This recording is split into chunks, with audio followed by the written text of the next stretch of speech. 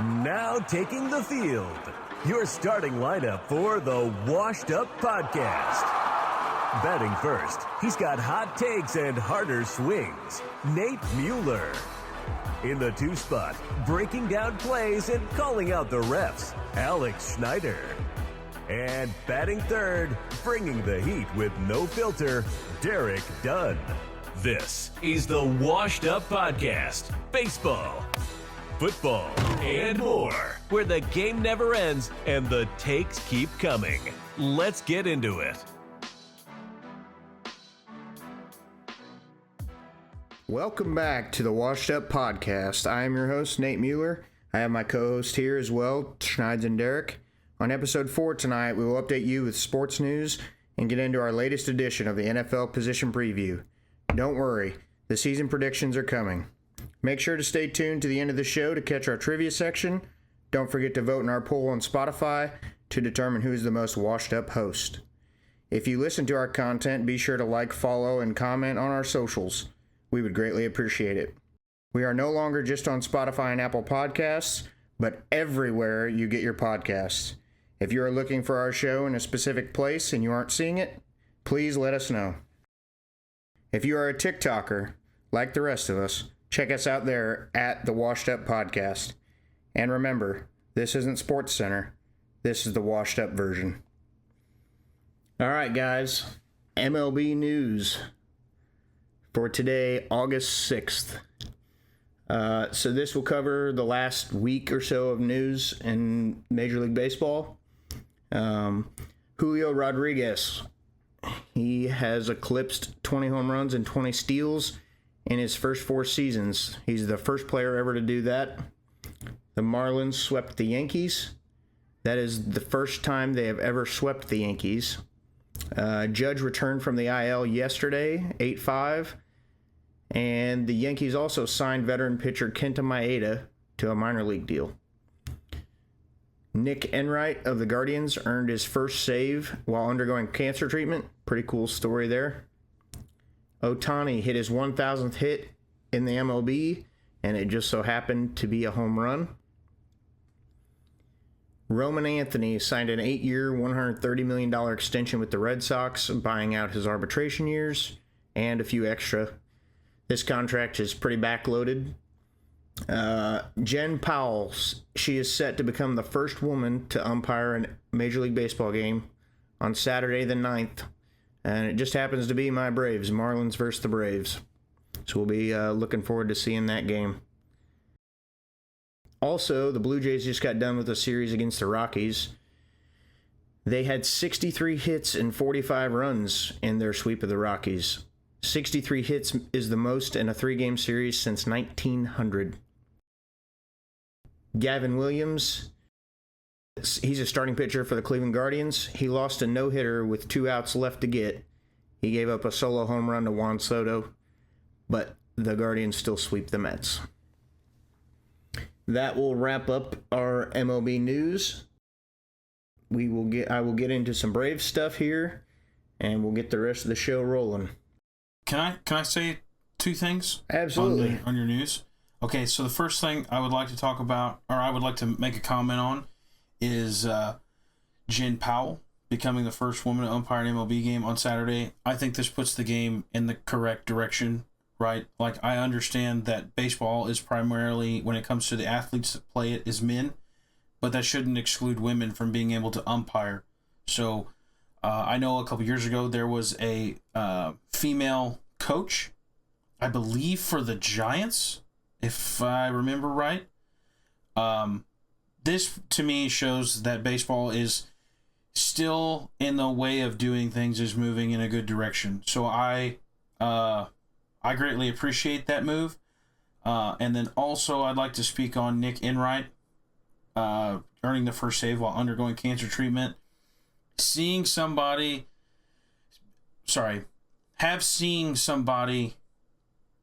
go through those treatments and understanding like how daunting and how just like wacky it makes your body and how your strength goes down, no matter what version of it that you have, being able to compete at a major league level while going through that is absolutely unbelievable. I hope he wins his fight. God knows there's too many people that lose that fight. So Nick Enright, I hope that you win against this just absolutely gross disease, and keep getting some saves, buddy. All right. That will lead us to the Braves. Austin Riley is on the injured list for the second time in 2 months. So that's not good. He's not been playing well, but being on the IL is never a good thing. Grant Holmes, he opted out of Tommy John surgery, and he's going to rehab. He stated he did not want to miss most of next season, so he's going to give rehabbing a shot. The Braves are currently losing their game tonight to the Brewers. They are 5-12 in their last 17 games, 47-65 overall. They are 17 games behind first place in the NL East and 14 and a half out of the third wild card spot. So it has finally come to a point where there is next to no hope. Something cool that the Braves were involved in was the Speedway Classic last weekend. The Braves ended up winning the game 4-2. Eli White hit 2 home runs, and he had all 4 RBIs. I turned the game on Saturday. It was Saturday night. I believe it's supposed to be like a 6:15 or 6:30 start. They delayed it from starting. They finally got the game started. They played the top of the first, and they got like 1 out in the bottom of the first, and they had to delay it again. It rained the entire time pretty much. While they were playing, you can see the water spots on the field.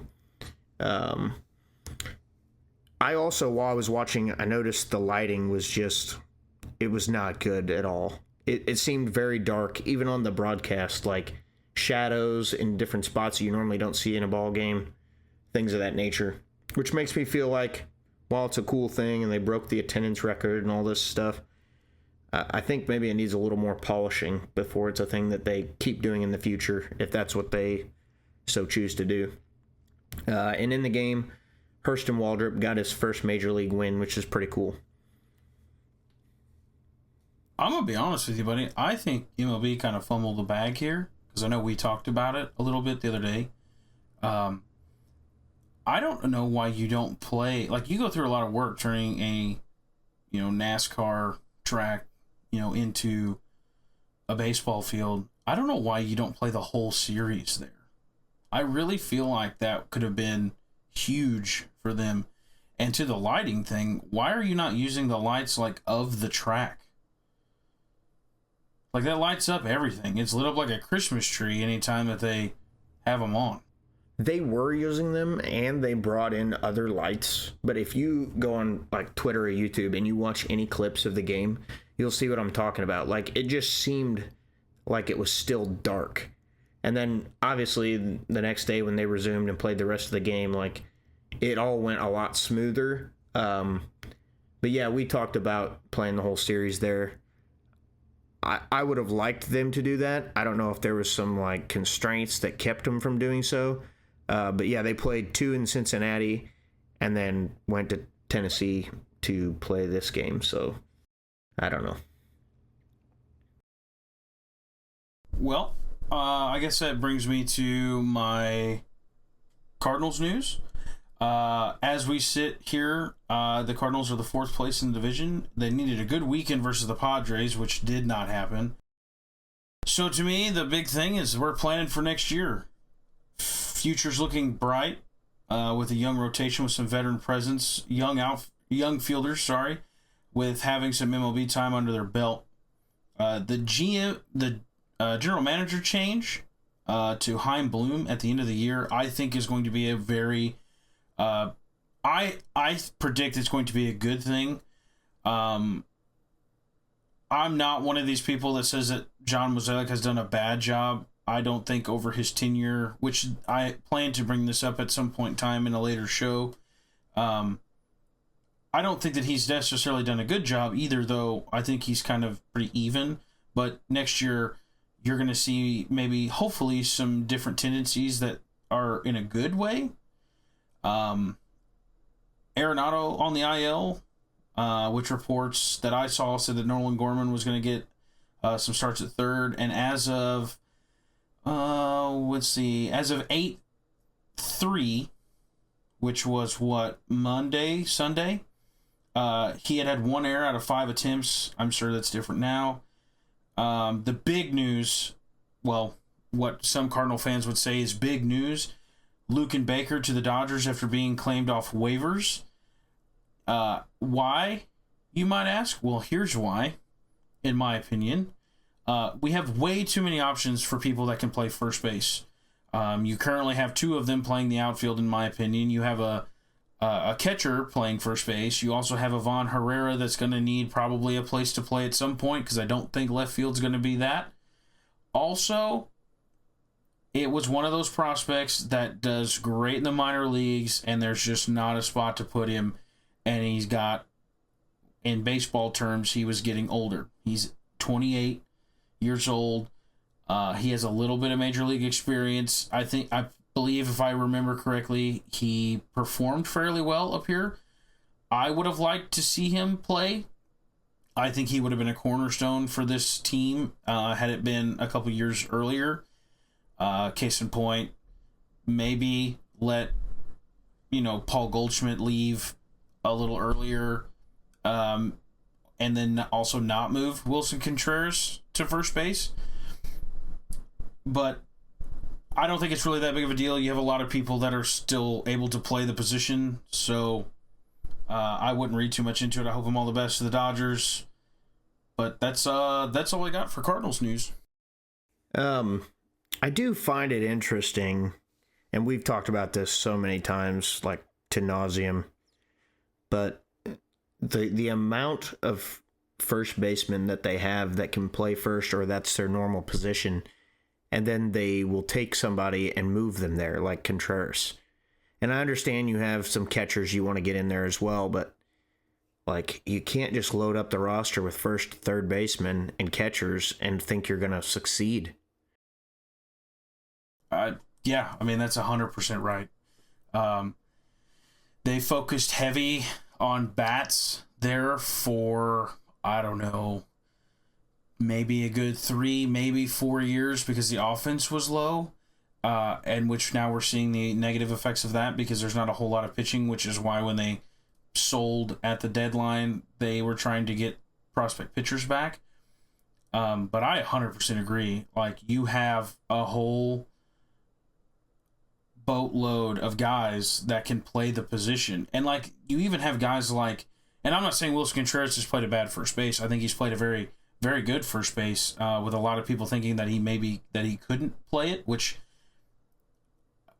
being a guy that's played first base for a good chunk of his life, and not at a major league level, obviously, but a lot of that is footwork around the bag, which if you have the right coach teaching you how to play first base, it becomes second nature to do it. But you have a guy like Alec Burleson. Like, that dude was a first baseman when he got called up. And he's hitting. He is an everyday player moving forward. There's no reason why a guy like him should never be in the lineup, except for the fact that I think he may hurt you in the outfield because he isn't as fleet of foot, which is why you have guys like Victor Scott in center, which I like him, just to cover the ground between him and Walker. But yeah, dude, the amount of people that they have that have the ability or have been signed or drafted that play that position is crazy. And that is why Luken Baker really never got a chance, which is unfortunate because I think he could, I really think he could have been a stud. I'm not saying in Hall of Fame caliber, but I think he could have been a stud for this team and a pillar, and he just never got the chance due to the logjam they have at first. Yeah, I agree. I mean, it sucks to see that as a fan, but I guess they'll find their way through it. Hopefully Heim Bloom will steer them in the right direction.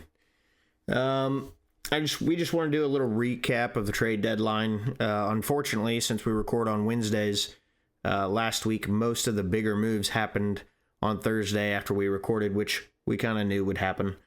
I just want to talk a little bit about a few of the teams that I thought was interesting what they did, or they made some big moves. The Padres just went all out, man. They went and got Mason Miller. They got Freddie Fermin, Ryan O'Hearn, Ramon Laureano. They traded away Leo DeVry, which they're one of their best prospects. I think he's number 3 on the top prospects lists overall. The Mets obviously got Helsley, so that shores up the back end of their bullpen. The Phillies went and got John Duran from the Twins, and the Phillies fans are loving him. They actually they booed when the Phillies scored an extra run because they knew Duran wasn't going to come in for the save, which I thought was interesting. The Yankees shored up their bullpen. They got Bednar. I'm blanking on some of these other names. Man. I mean, to be fair and to your credit, there were quite a bit of moves that necessarily weren't like the big splash moves, but there was quite a bit of movement this year in the major leagues. Yeah, and Devin Williams has been atrocious for them, so they shored up the back end of their bullpen. The Twins cleaned house. They traded away a boatload of players. Harrison Bader, he went to the Phillies. Duran, they traded a bunch of pitching. They actually got Taj Bradley back from the Rays in a trade.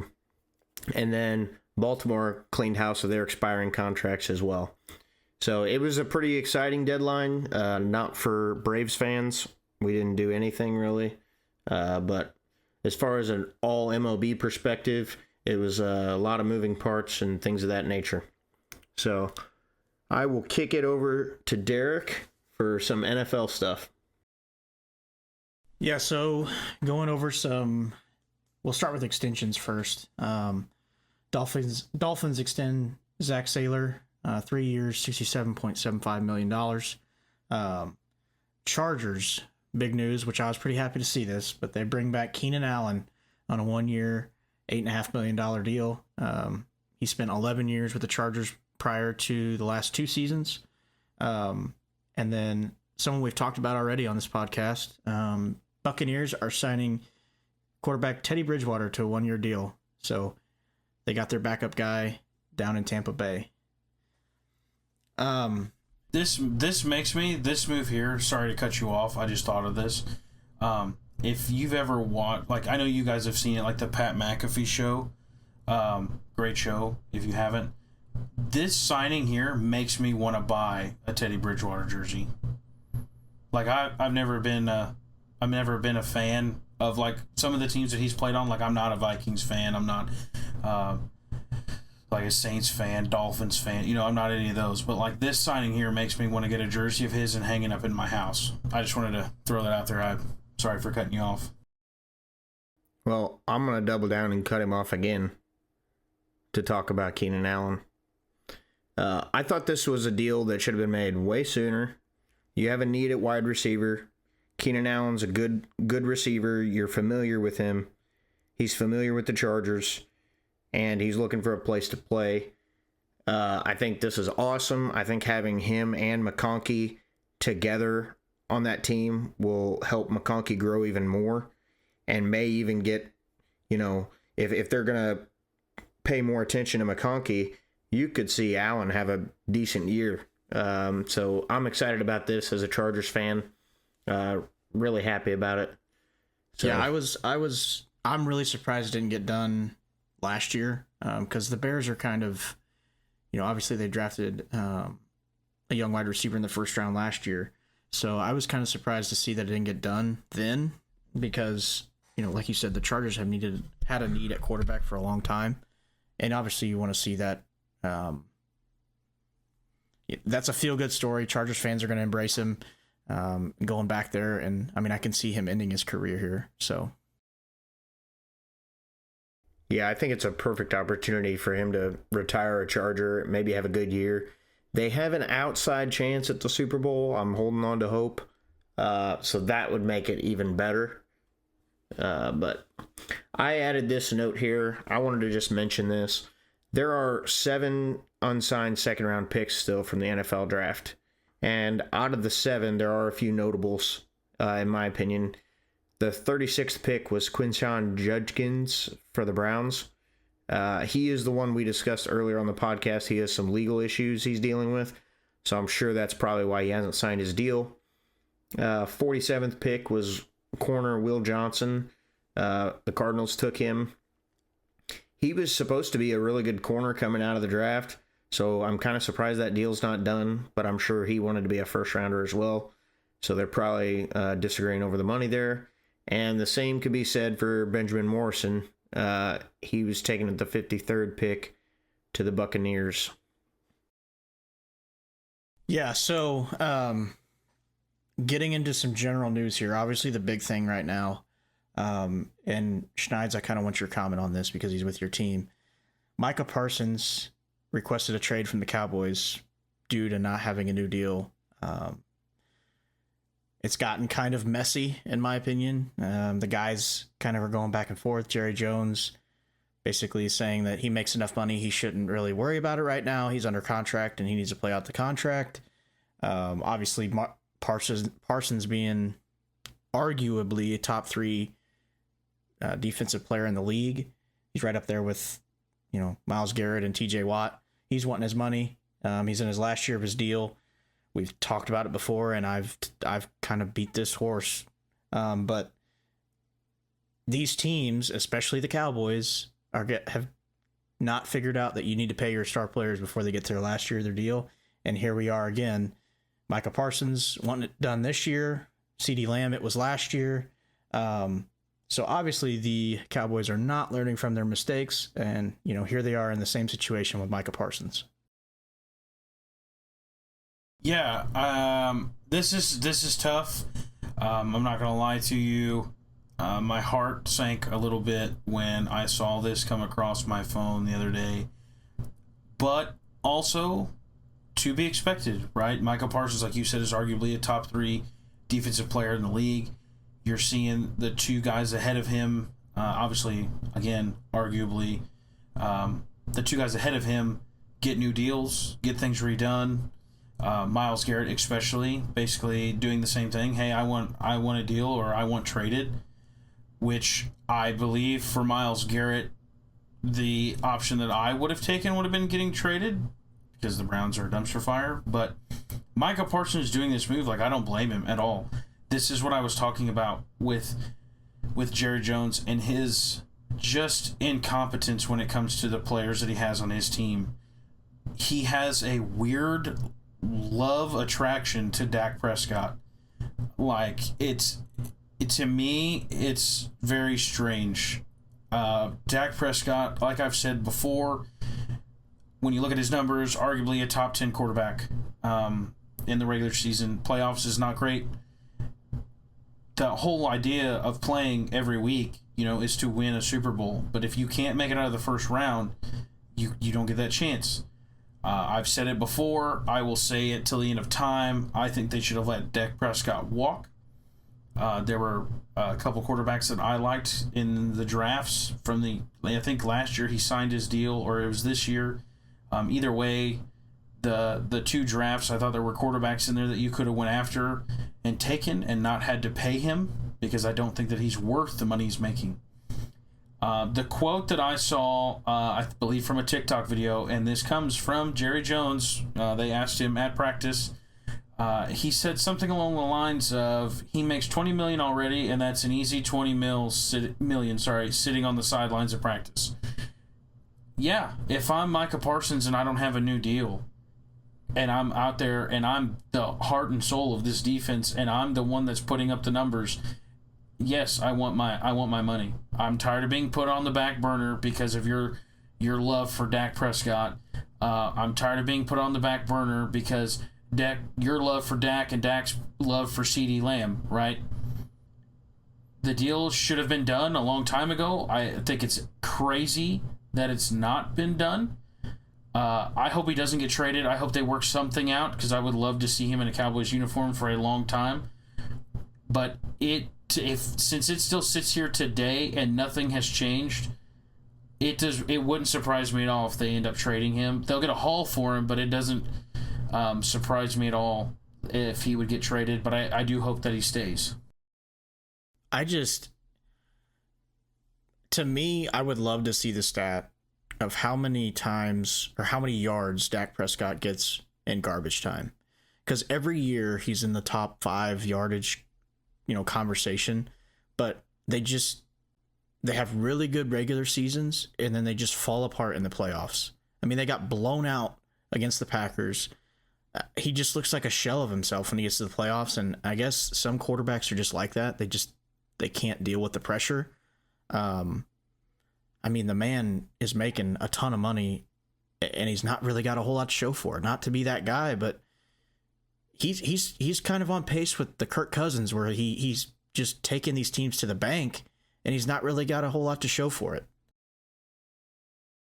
Yeah, when you don't have playoff wins like he does, there is no way in my mind that a guy is worthy of the deal that he got. You have to perform in the playoffs to get top quarterback money, in my opinion. And Jerry Jones wanted to make the Dallas Cowboys the front page news from everywhere, signing him to this deal, and it wasn't worth it. Should have let him walk and rebuild around a rookie quarterback is what should have happened. Well, there's a couple things here, in my opinion. I think part of the reason why teams fall in love with quarterbacks like Cousins and Prescott is that franchise quarterbacks aren't a dime a dozen. You can't just go and take the first guy in the draft that's high on everybody's board and he just turns into a superstar. It doesn't work that way. We've seen it 100 times. So sometimes I think teams are like, well, this guy's good. He gets us to the playoffs. Maybe this next time he'll get us over the hump. And so to an extent, I can understand that. Now, to go back to some things we've mentioned in other podcast episodes, you think that eventually Jerry will understand that he could have saved a bunch of money and he wouldn't be bitching about how much money he's going to have to pay Parsons if he'd have just extended him a year or two ago and saved himself a bunch of money, like Derek has mentioned, with all these players that have been holding out. If you extend them early and you're not the last one to extend, because now Parsons is going to want to be the highest paid rusher, highest paid edge, and so his money is going to eclipse all these other players we've discussed: Watt, Hendrickson, Garrett. And if he would have just done it a year or two ago, he'd have saved the Cowboys a lot of money. Okay, so my pushback on you, going back to what you talked about with quarterbacks not, franchise guys not growing on trees, basically. In that situation, would you rather trade away an asset like Dak Prescott to a team that is very quarterback needy and thinks that they can win now, get a haul for him, and then basically reset with a rookie guy that you don't, obviously we don't know what they're going to be when they come out, but what are you out? You got a haul for him. You can build the team around him. If you get around a new guy, I should say, if you trade him away, you make the playoffs, you lose the first round. What's any different than trading him away, getting picks for him, and possibly building this team to where you can put them in a championship window? Because I don't think they're in a championship window right now. I don't think, which is crazy to say because they do have a very talented roster, but outside of those 3 guys, Dak, CD, and Parsons, they're not going to have money for anything else. You're going to have to draft really, really, really well to be relevant, which I'll give credit. They do draft well for the most part, but I think the right move was to move on from Dak, trade him away, try to get some picks for him, and try to build around a younger guy, solidify your number 1 receiver, solidify your pass rusher, who's arguably one of the best in the league, if not the best in the league when he's healthy, and go from there. I mean, you're not really out anything. You just don't make the playoffs. I mean, you're making the playoffs now, but you're getting booted and you're getting destroyed in the first round by teams that are just, their rosters are not as good as yours, like the Green Bay Packers. That was not a better roster than the Dallas Cowboys that year. Well, my point is not that it doesn't make sense to do with what you're saying. My point is that it all boils down to the money with Jerry. Like, if the Cowboys don't make the playoffs, that's less money that Jerry gets in his pocket at the end of the day. And I think that's more so what it is. And, I mean, you see it with, like, the Falcons. They signed Cousins to a huge deal for him to ride the bench. And they drafted Penix on top of it. And now Penix is already going to be starting. So sometimes you do hit on those guys. But I think the Cowboys are afraid that if they trade Dak, they're going to miss out on a quarterback pick. And then you're not going to make the playoffs for 3 or 4 more years. I think Jerry hangs his hat on making the playoffs, and he wants the money from doing so. That's more games, more revenue. And I think, if you want my honest opinion, I think he wants this type of controversy because it keeps the... I mean, think about how many times you turn on ESPN or ESPN radio, all these talk shows. How many times when they're talking about the NFL are they talking about the Cowboys? The Cowboys get brought up almost every single time someone talks about the NFL or like the relevancy of these teams. Like, I almost think he does it on purpose. I mean, that wouldn't surprise me. I mean, we all know how Jerry is, but it's multi-layered, I think, with all this stuff. But Jerry's number 1 and number 2 are money in the limelight, so that tends to lead you in the right direction. The last thing that I'd like to say on this, and this is the conversation about the franchise quarterback. I agree with you. Obviously, you don't know what a guy's going to be. You know, when you have success like Dak has had regular season-wise, you're kind of like, okay, maybe this is the year, or maybe this is the year, or this is the year. Look, Dak was not a very high draft pick, so the success that he is having is probably well above what his draft pick should be. I think before they signed him, to his extension, you knew that this was not your franchise quarterback moving forward. This is not a guy clearly that can get it done in the playoffs. I do not have any faith in Dak in the playoffs at all. None whatsoever. I think if they make it, which this year, which we'll get to this, would be crazy if they made it for 1, and 2, if they do, they'll get bounced in the first round. Like, there's no doubt in my mind. Dak Prescott is not better as a player and more beneficial to you on your team than Micah Parsons is and CeeDee Lamb. You should have signed those 2 guys and pushed forward. Let Dak walk. I understand you're looking for the franchise guy. Like you said, franchise guy only comes around every so often. And for most teams, it's every few decades. This just ain't it for the Cowboys. Well, another thing that kind of goes against Dak, in my opinion, he plays in the NFC. He's not playing against Mahomes. He's not playing against Josh Allen. He's not playing against those guys. The NFC the last couple of years, outside of the Eagles, which sucks for them because they're in the same division, I get that. But the NFC for the last couple of years has kind of been wide open. At least up until that, the last game, the conference game. So, in my opinion, it makes it even worse in his case to not have won games up to that point. I think I disagree with you there. I mean, you have Jaden Daniels, Baker Mayfield, Jordan Love. Goff's not like a knock your socks off kind of player, but he's been good. I mean, the Vikings were very good. Like, okay, when you say wide open... Outside of last year, like, those are all last year relevant. What about the other 4 or 5 years they've been in the playoffs? Jaden Daniels wasn't around. I'm not saying they shouldn't win a playoff game, but I'm just saying, like, there have been other teams that were good at these times. Now, I still think the Cowboys, with as much money as they pump into the team and the players on the roster, they should be competing in the NFC Championship game, in my opinion. But they're not, so... Okay, here's my question, right? This is getting way further into a discussion than what it's supposed to, but I love this. Okay, so here's my question, right? I'm going to mention some names, and you tell me which one you're taking. Dak, Baker Mayfield. Baker. Seriously? Yeah. He's got a point. Baker has performed better. You're not picking. We can play this game, and when you're saying quarterbacks. that when you're saying that the NFC was wide open, do you take Jaden Daniels out of last year? All of these quarterbacks that we just listed are on equal playing ground. I'm taking Jordan Love over Dak. I'm taking Jaden Daniels. I'm taking Jalen Hurts. These guys You're taking are Hurts winners. over Dak, like pure No, quarterback. No, not If the you team. put Jalen on the Cowboys, I think they're a better team. no. I think that they're exactly where they're at right now.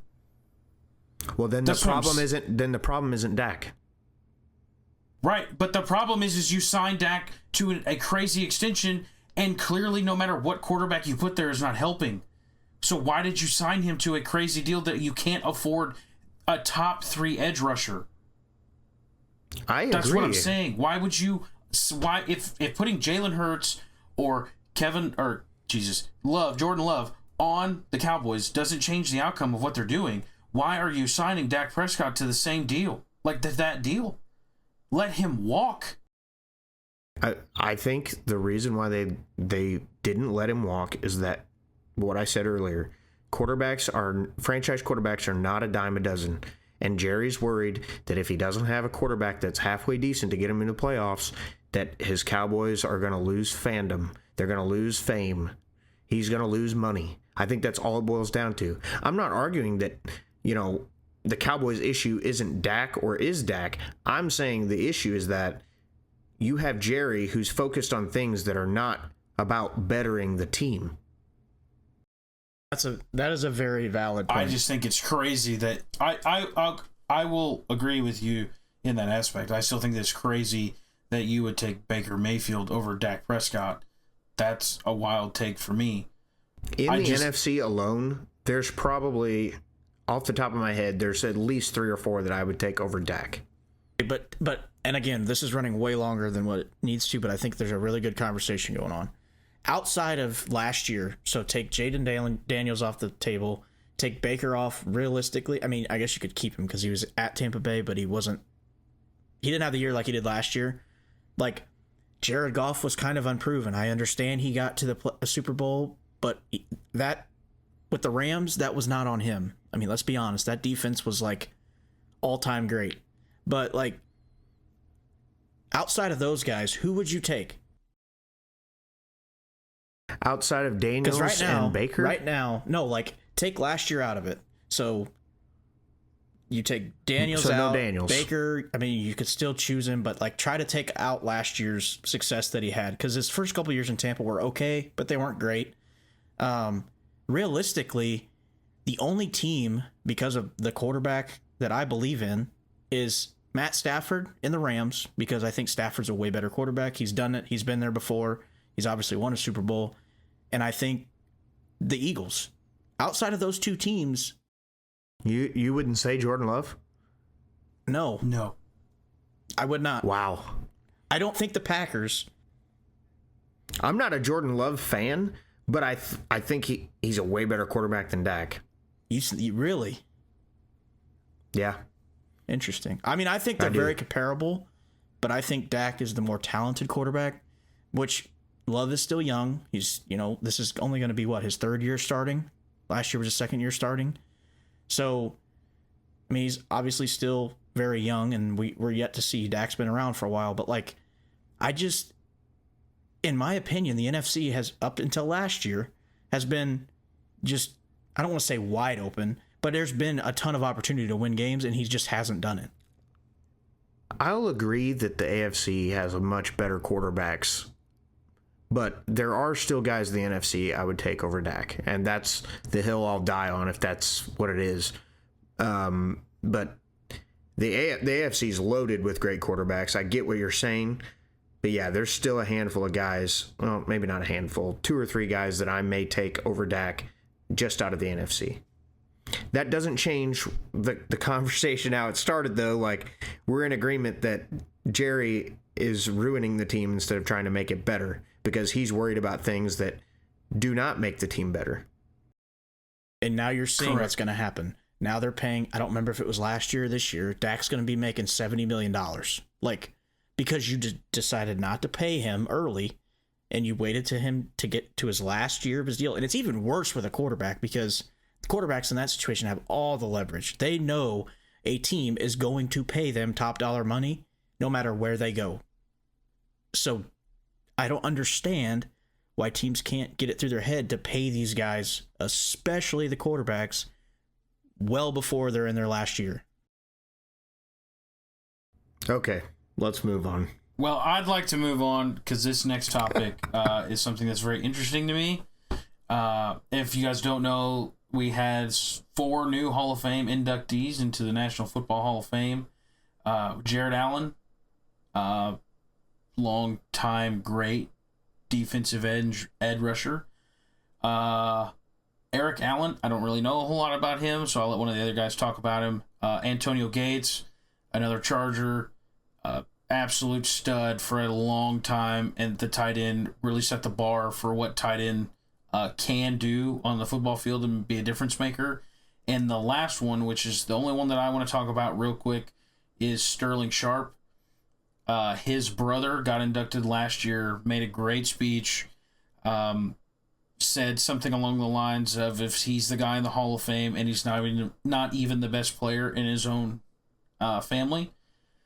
If you look at Sterling Sharp's numbers, you'll see that he only played 7 years, and you might be asking yourself why. And you might be asking yourself, why did he make it into the Hall of Fame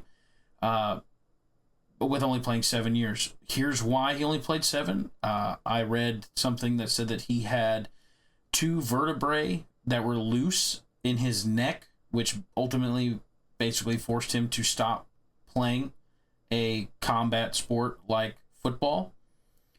But if you go look at the guy's numbers for the 7 years that he played, this dude was an absolute dog of a wide receiver. Put up some crazy numbers, in my opinion, and I don't say this very often for guys that have short careers like this. Definitely worth the Hall of Fame induction, in my opinion. I agree. I think it's a cool story between the two of them. And actually, at the ceremony when Sterling got inducted, he gave up his gold jacket to Shannon on the stage. I thought that was pretty cool. Yeah, they are the first brother duo to ever be in the Hall of Fame, so that's kind of cool. I mean, I like them both. I know Shannon's in some hot water right now, but really, really great football players. So, I mean, I think Shannon made a great case for him to get in. So it's just really cool to see that, you know, 2 brothers are now in the Hall of Fame together. Going back to Jared Allen, one of my favorite players for a long time, favorite Vikings. I'm actually excited I get to go see him get inducted into the Vikings Hall of Fame. I get to go to that game this year, so pretty excited on that. Great guy, tremendous edge rusher. I mean, you just can't have better stand-up people than what he was. Nate, I know Antonio Gates was your guy, so I'll let you touch on him a little bit if you want to. Yes, Mr. Gates. The interesting thing about Antonio Gates, which if anybody watches football, you probably have heard this 100 times. The Chargers signed him as an undrafted free agent. He never played a down of college football. He was a power forward for Kent State's basketball team. So while he was a really good basketball player, the Chargers took a shot on him as an undrafted free agent, signed him, and his career went all the way to the Hall of Fame. So he was a member of NFL's All-Decade team of the 2000s, the second unit behind future Hall of Famer Tony Gonzalez. I loved watching Gates play. The team, when I became a fan, was basically, you know, Rivers, Tomlinson, Gates, Sean Merriman, just a great team. And Gates even had some comments about Phillip Rivers in his induction speech, and they were both crying. It was kind of cool to see emotional time when he got inducted. But I was glad to see that Gates got in the Hall of Fame. One thing that I'd like to say about Jared Allen, just real quick, because I watched a clip of his speech, and I know that we have talked about, I think it was last week when we talked about, the GM's fault, players' fault, coach's fault, and I had made the comment about how we have to understand that these guys are human beings too, that have normal lives outside of their profession, which is playing sports. Jared Allen made some comments in his speech about saying, something along the lines of, like, if I'm remembered for what I did on a football field, then he failed as a father and a husband. And I think, not to get too in-depth with this, I think that quote should be kind of said to every young athlete, understanding that it is a sport. You kind of, at first you start doing it for fun, and at some point it could be to potentially become a job. But to me, when I heard that, it just proved my point even further, that these guys are human beings too. They have wives, or depending on the sport, they have husbands, they have children, they have lives outside of this. So him adding that little snippet in there, to me, and I know which was very emotional for his family and him, but for him throwing that in there, I thought was awesome, because it really just showed some light on. We dog some of these dudes. We just dog Dak Prescott for not being good, but that guy also has a life outside of football. That guy has things going on. So I think to understand sports as a whole, you have to understand that part of it. And I think Jared Allen did a really good part of his speech bringing that to light. Yeah, like I said, just one of those guys you want on your team, want to be a cornerstone of your team, because he's just a great guy, great leader, great character person, just an all-around good dude. So we're going to quickly run through some other news because we want to get to position previews. So James Cook threw a wrench in Buffalo's plans. So he is currently doing a hold-in, which by all accounts completely took the Bills off guard. He's wanting at least $15 million a year, which in my opinion he's warranted. I mean, he's become the leading back. He's becoming just as good as his brother Dalvin. So we'll be interested to see how that one unfolds. Caleb Williams, news coming out of Chicago is that he is struggling with Ben Johnson's offense. Johnson was talking to reporters the other day, and he said it, quote, looks sloppy the way that they've been playing. So be interested to see what happens there. I know everybody was kind of hyped to see what Williams will become in that offense, and so far it's not off to a great start, it doesn't sound like. So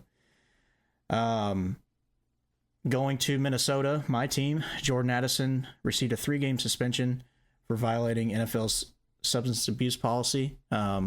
So we will be without him for the first 3 weeks of the season. Better than what I thought it was going to be. I thought it was going to be longer than 3 games, but I guess we'll take it if that's, best case scenario. So going to the Cleveland Browns, they signed a 5th quarterback. Technically it is their 6th since Deshaun Watson is on IR, but they signed Tyler Huntley. He played for them last year, I believe. He also played for the Baltimore Ravens for a while. So he is now the 5th QB on their roster.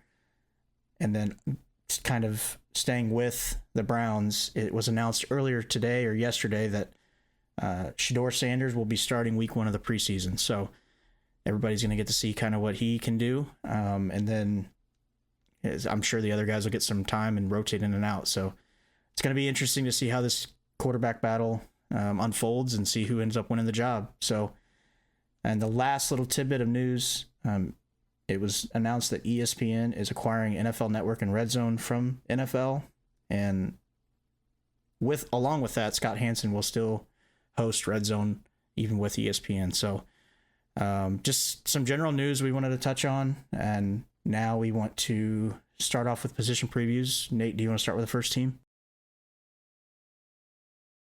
Yeah, let's get into it. We are on wide receivers and tight ends this week for our position preview. And remember, we're just going through the ones we thought were notable if guys change teams, notable rookies, things of that nature.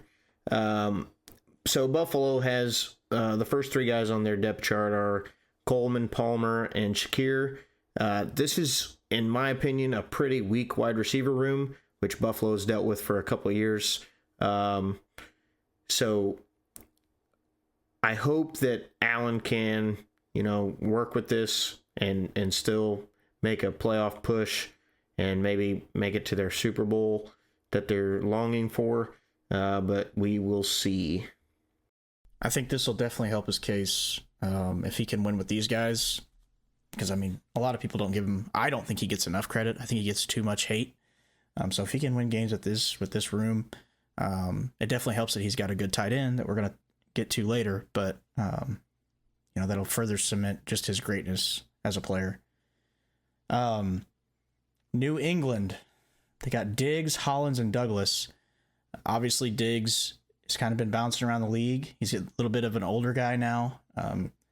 He's a solidified veteran in the league. It's going to be interesting to see what they do with him. I can see them playing him more as like a slot Swiss Army knife type player. I think it's going to be good for Drake May. I don't know if they've got enough in this receiver room to really elevate him to the level that I think he can play at. So I'm kind of interested to see how it goes if they end up picking up another guy. But that's just kind of my comments on that one. Yeah, I think Diggs is a good enough receiver that he will benefit the Patriots and Drake May. I surely would be worried if they didn't pick up Diggs with the rest of the receivers they have. So I think he'll be a plus for them. Baltimore picked up DeAndre Hopkins, and they also still have Bateman and Flowers. I think it's a really good receiver room. Flowers and Bateman, speed guys, slot guys, take the top off the defense guys. Hopkins is a guy that you go to on third down. He's going to make the catch. He's got some of the best hands in the league. I still believe that. So, yeah, I think Baltimore's got a good receiver room here.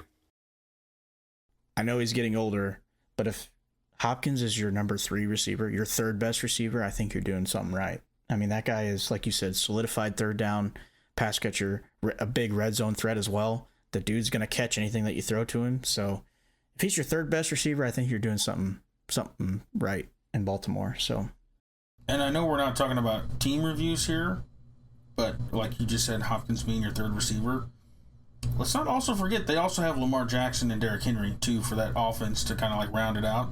Like I think that's going to be a really, really, really, really, really good team. And don't sleep on Mark Andrews and Isaiah Likely either. So they're 2 tight ends. Going to Cleveland here, they have Tillman. I believe that you pronounce it Judy. Am I right in that? It's Jerry Judy. Yes, no? Okay. And then Deontay Johnson. Cleveland, in my opinion, I'm just going to speak on this just because this is an easy one. I don't know what the wide receiver room skill-wise looks like. This team, in my opinion, is going to be kind of a crapshoot for the year. I hope players perform, but I'm not really all that hyped about the wide receiver room just based off of the quarterbacks that they're probably going to end up going with to begin the season, the first couple games at least. So I guess we'll have to see there.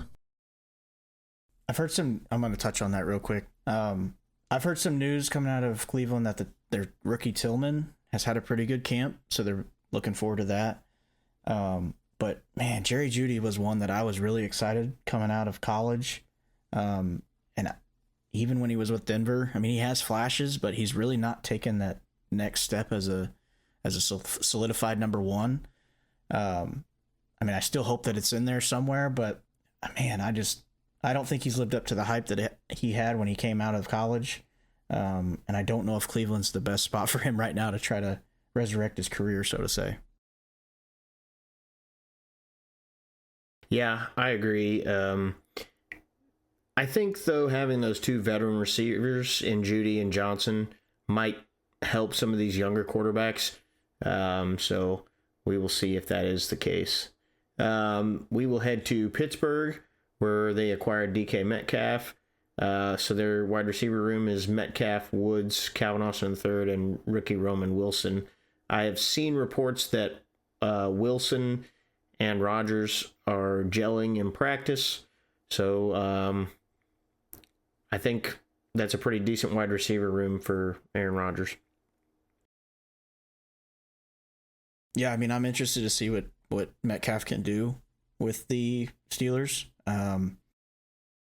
That was kind of surprising to me. I'm not going to lie, whenever they signed him or traded for him. But I guess we'll see, because I don't know if they've got a plan after Aaron Rodgers, but maybe they think Aaron Rodgers is going to play for 4 more years. Who knows? That takes us to the next team, Houston. I think this is arguably one of the best receiver rooms in football. You got Nico Collins, Higgins, and Christian Kirk. And then also you got Tank Dell, who's injured. But I think when you have Collins and Dell on the field at the same time, as well as, like I said, we'll get to it later, but their with their tight end as well, I don't know if there's a better, more well-rounded room than there is in Houston. Like what we talked highly of Baltimore. But I mean, Collins and Tank Dell they're just 2 studs. Yeah, I kind of disagree with you a little bit here. It depends on how much time Dell's going to miss. But if your main guy is Collins, he's a very good wide receiver. I don't know much about Higgins, and Kirk has kind of bounced around a little bit now too. I guess we will see what comes of the Houston wide receiver room. Jacksonville, they have Brian Thomas Jr., who broke out last year, and they also drafted Travis Hunter, 2-way player. So we will see. I'm excited to see both of them in Jacksonville in that offense, with Trevor Lawrence throwing the ball around to him. I think it could be fun to watch. Hopefully they both can produce. I really hope that Lawrence and Hunter get that, how do you want to say it, like that once in a lifetime kind of connection to where they're together for a long time, because I think that duo of them two could be really nasty. And what I mean by like connection is the people that I think of is almost like a Tom Brady and Edelman kind of feel, where they may not work. Well, I mean, Tom Brady works outside of Edelman, but like Edelman, like the thought process behind him a lot that I've, over the years has just been like he wouldn't have worked with many other quarterbacks, if any. I really hope that the connection between Lawrence and Hunter is like top tier, something that brings people to watch their games, because if it is, those are 2 very athletic players that I think could really light up a game and potentially a scoreboard. I think it all comes down to like what they're going to do with Travis Hunter.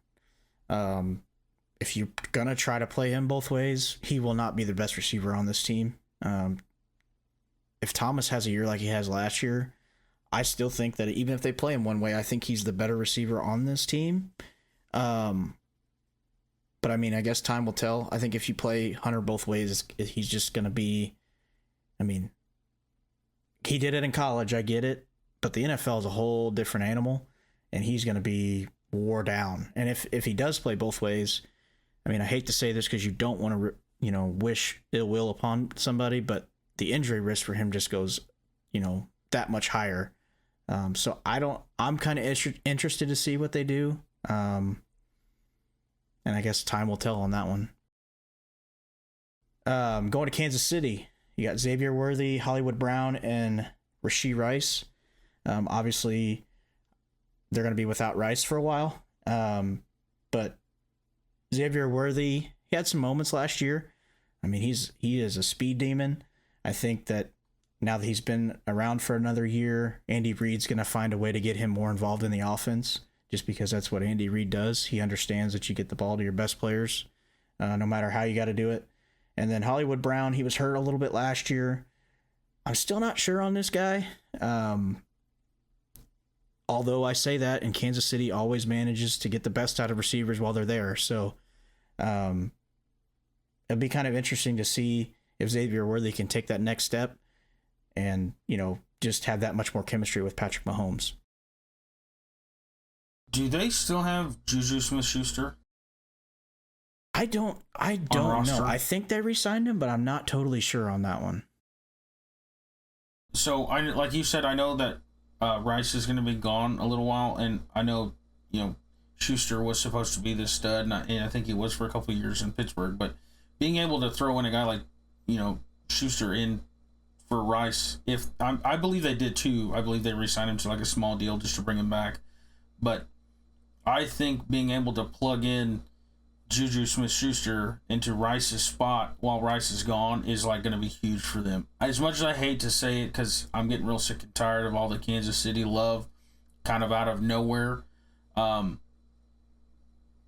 it's kind of insane that you can pull that guy off your bench and take over that third receiver spot to fill in just till your guy comes back. Yeah, so I did look. He did get re-signed, so he is on their roster right now. Smith-Schuster. It'll be interesting to see what happens in KC. I hope they lose every effing game. Which will take me to my Chargers. We spoke earlier about Keenan Allen signing back with the Chargers.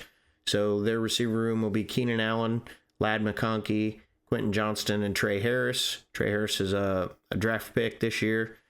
We also had an undrafted free agent that looks pretty good, can take the top off the defense, which is something we've been missing in LA. McConkey, I look for him to have another awesome season, another 1,000 yards, 10 touchdowns. Johnston, I hope he takes a step forward. They always say he looks good in practice, and then he had some stretches last year where he was good. He had some stretches where he was not so good. So we will see what we get out of the Chargers receivers, but I am excited about their group. I'm going to give you a hard time because Quentin Johnston, man, that guy has some stone hands. Like, I never saw it when he was at TCU, but I mean, obviously I didn't follow them as like much as I do the NFL, but like, you guys hope, unless he turns it around, but that was kind of a swing and a miss.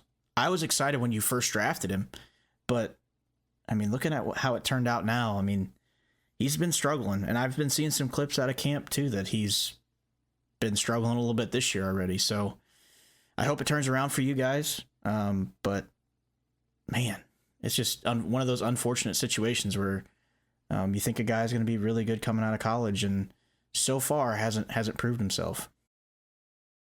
Well, when you have Mr. Justin Herbert throwing bullets, it's hard to catch him.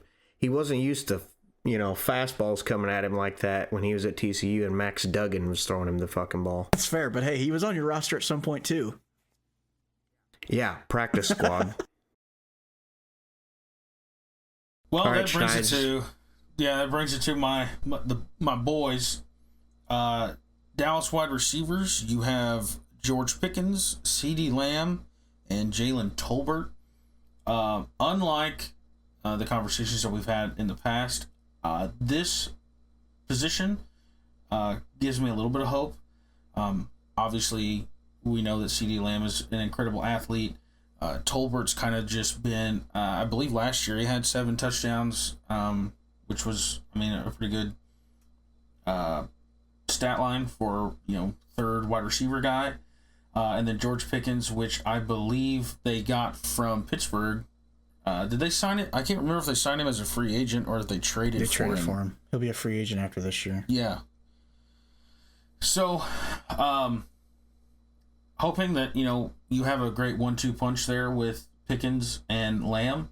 Again, though, it'll all fall apart in the playoffs if they make them, which I don't think that they will, but 2 guys that could potentially line up a scoreboard with a good complementary piece in Tolbert. I'm not upset about the room. It's not the best one, but it's not the worst. Just hope Dak Prescott can stay healthy and play meaningful games, make good decisions, and get these guys, get the ball in their hands, when the time comes. I agree that it's a good room.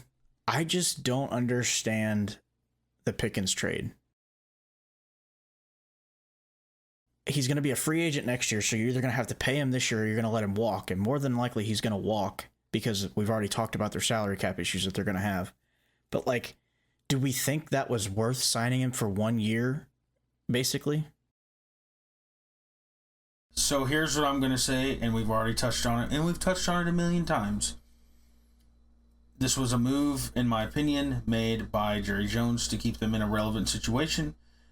Two, I also think this is a move that Jerry Jones made to prove everybody, including myself, wrong, that Dak Prescott is the guy, and they gave him another target, and, you know, basically chips are all in to go win a Super Bowl. And I just don't think that it's going to much matter having Pickens there. I don't think it changes a whole lot. Doesn't necessarily move the needle a bunch for me. I just think that it's, if I had to guess, maybe a conversation with Dak, and this is all speculation here. None of this is, I don't call any of these dudes on the phone, but I would assume a conversation was held with Dak about what he needed to succeed, and Dak probably said something along the lines of, I need another target other than CeeDee Lamb.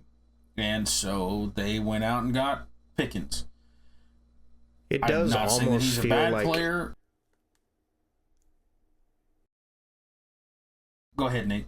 it does almost feel like they're like Super Bowl or bust this year. And maybe that's why he doesn't want to make a move on Parsons, and that's why you go get a guy like Pickens for 1 year. That's the only way that it really makes sense. Yeah, that's kind of where I'm thinking about it.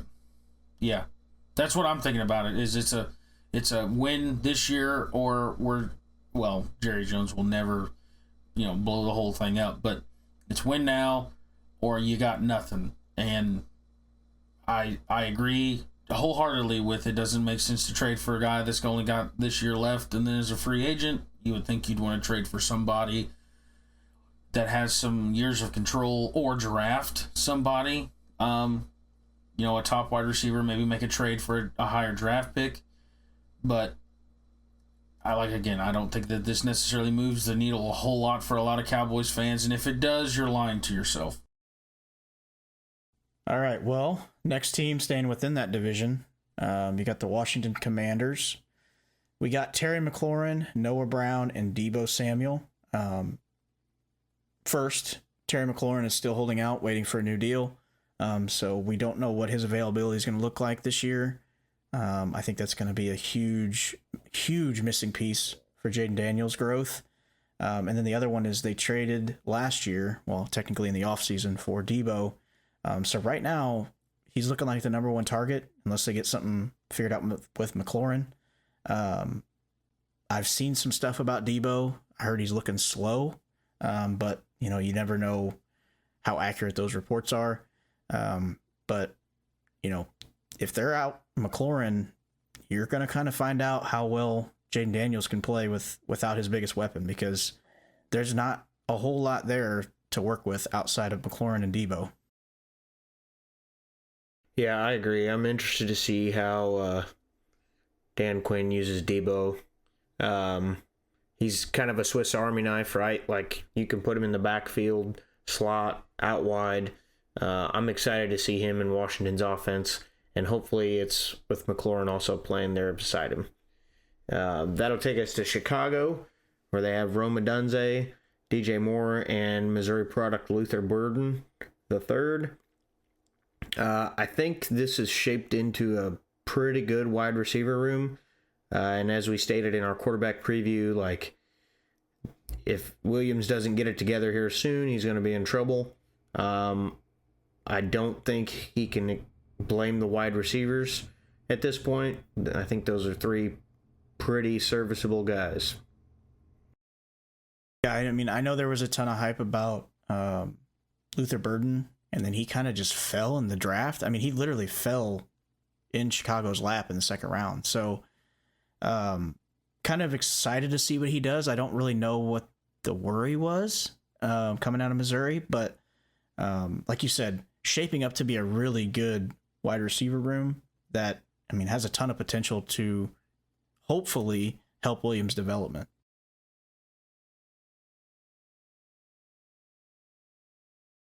Yeah, I think it'll be interesting to see what happens there. So Green Bay, I think this is one of the better wide receiver rooms in the NFL. Romeo Doubs, Golden out of Texas, they drafted this year, Jaden Reed and Christian Watson. I really like Golden coming out of the draft. I kind of hoped the Chargers would get him. But I think those 4 wide receivers are studs, and we've seen them all make some pretty crazy plays, crazy catches. I think those receivers are the reason why you've seen Jordan Love, progress his career and become a better quarterback because he has some really good guys to target in the offense. All right.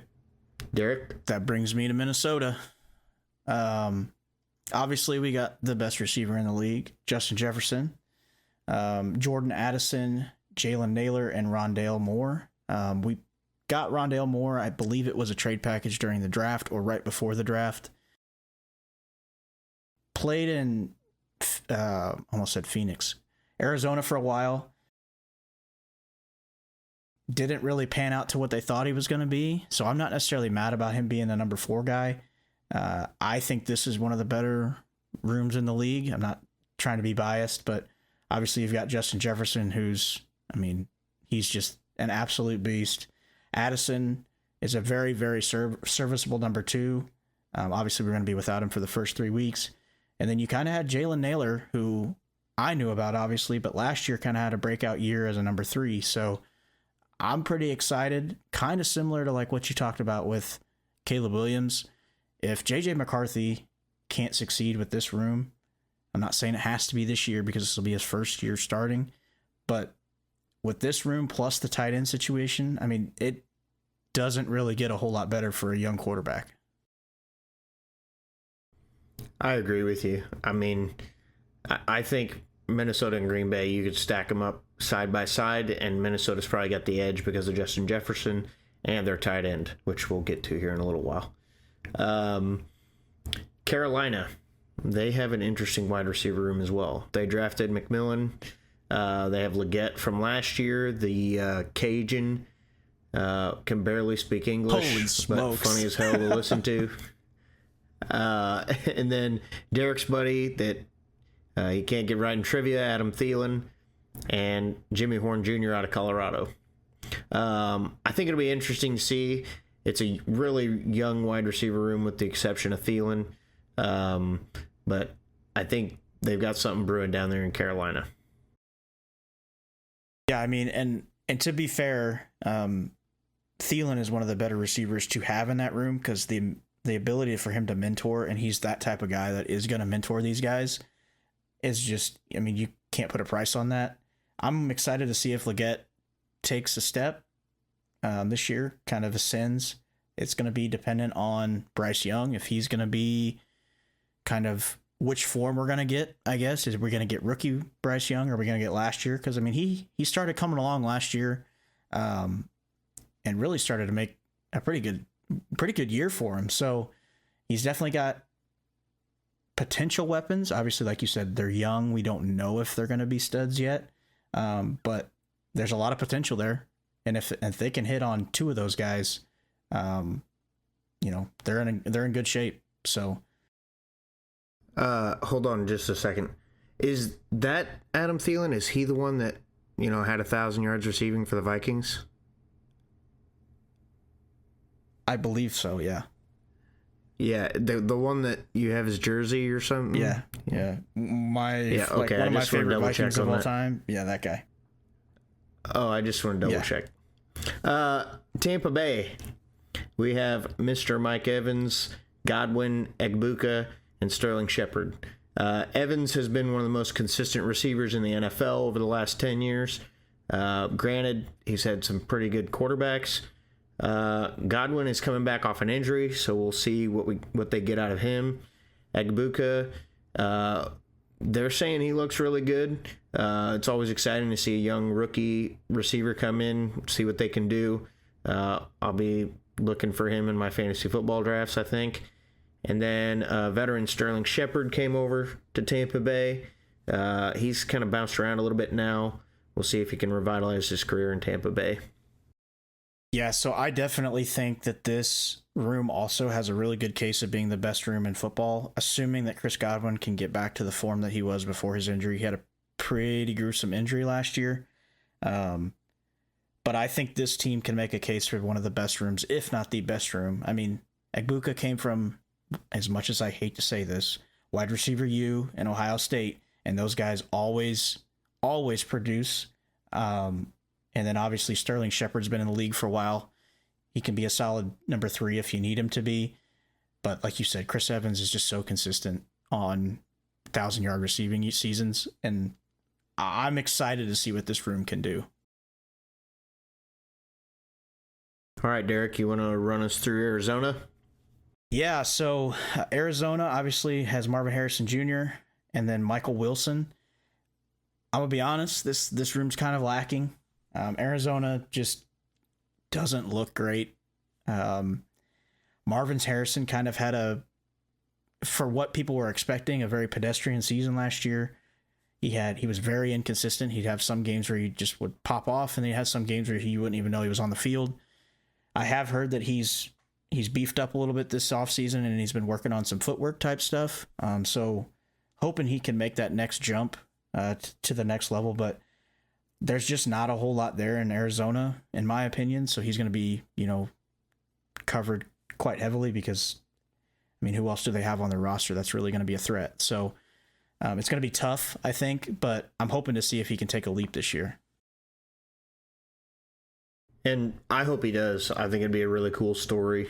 His dad was a longtime receiver for the Colts. Everybody knows that by now.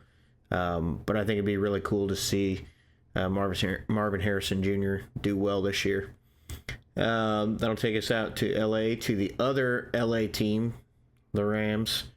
They picked up Davante Adams, and they still have Puka Nacua and Tutu Atwell. I think this is an upgrade for sure when you get Davante, especially when you have a veteran quarterback like Stafford. If he can stay healthy, I think they could have a really good connection like Rodgers and him had. And then, of course, he's an all-pro receiver too. So I think it'll be exciting in LA.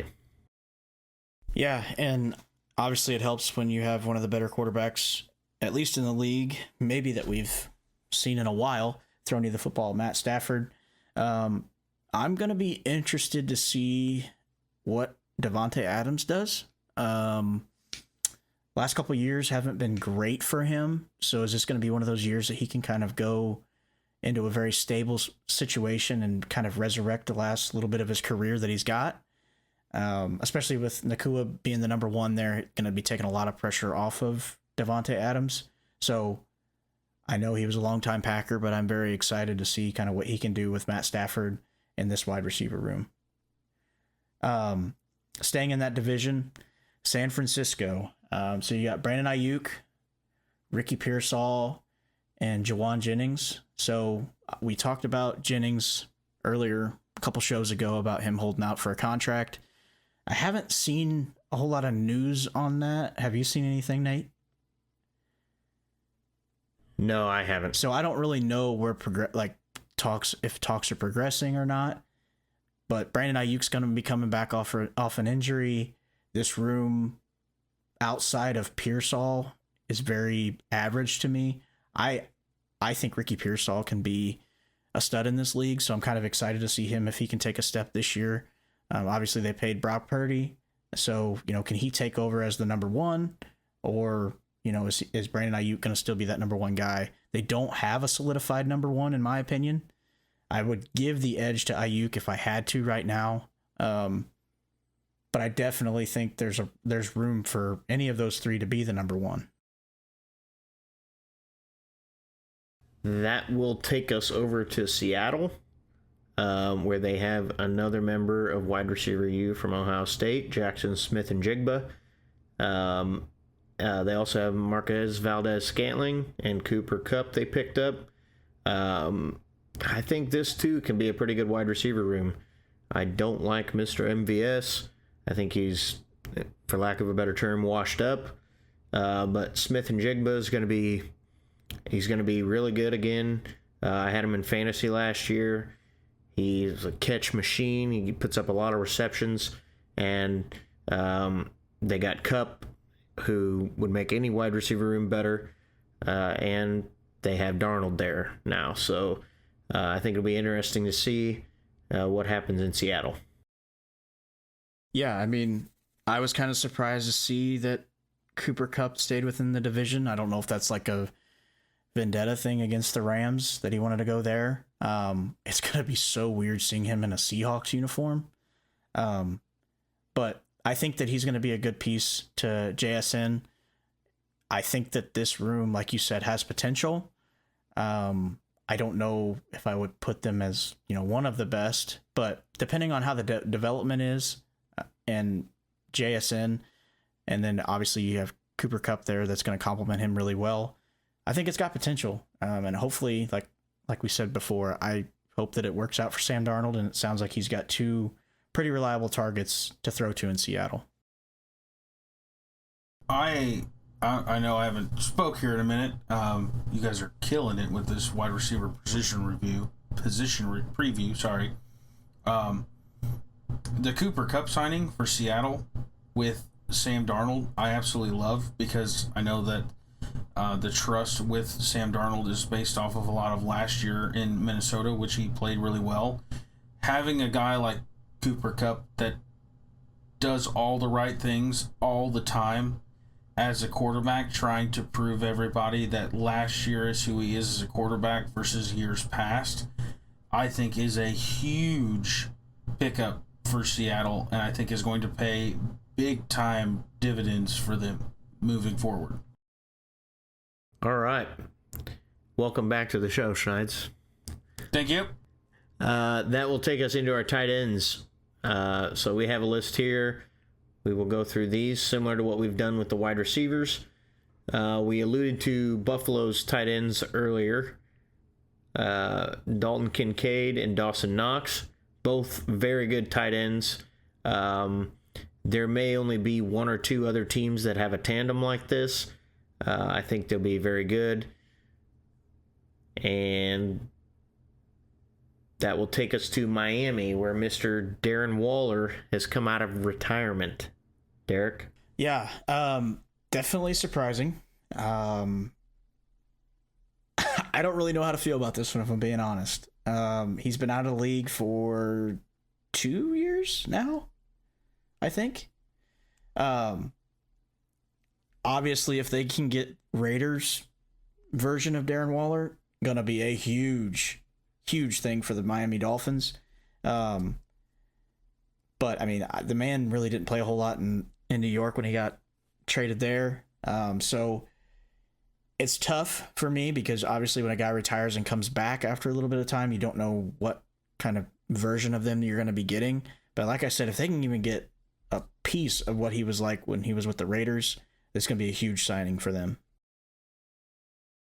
Did you guys listen to any of his music? Yes. No. Okay, well, since you didn't, I'm going to say this, and this is nothing against a guy trying to go out and chase his dream. I now know why he came back to football, because it was not good. I'm just saying, I can applaud anybody going out trying to do the things you love doing.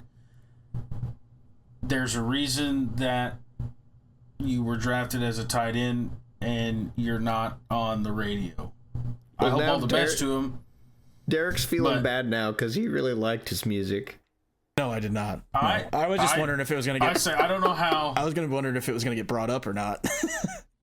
Oh yeah, 100%. Like, I'm glad that he's back, because I know they're, like you said, with the Raiders, he was kind of a force to be reckoned with, and I do love the tight end position. I think these big guys don't get enough love when it comes to, how offenses run and work. Obviously, being a huge Jason Witten fan, that guy you could count on for any catch in the clutch, didn't matter.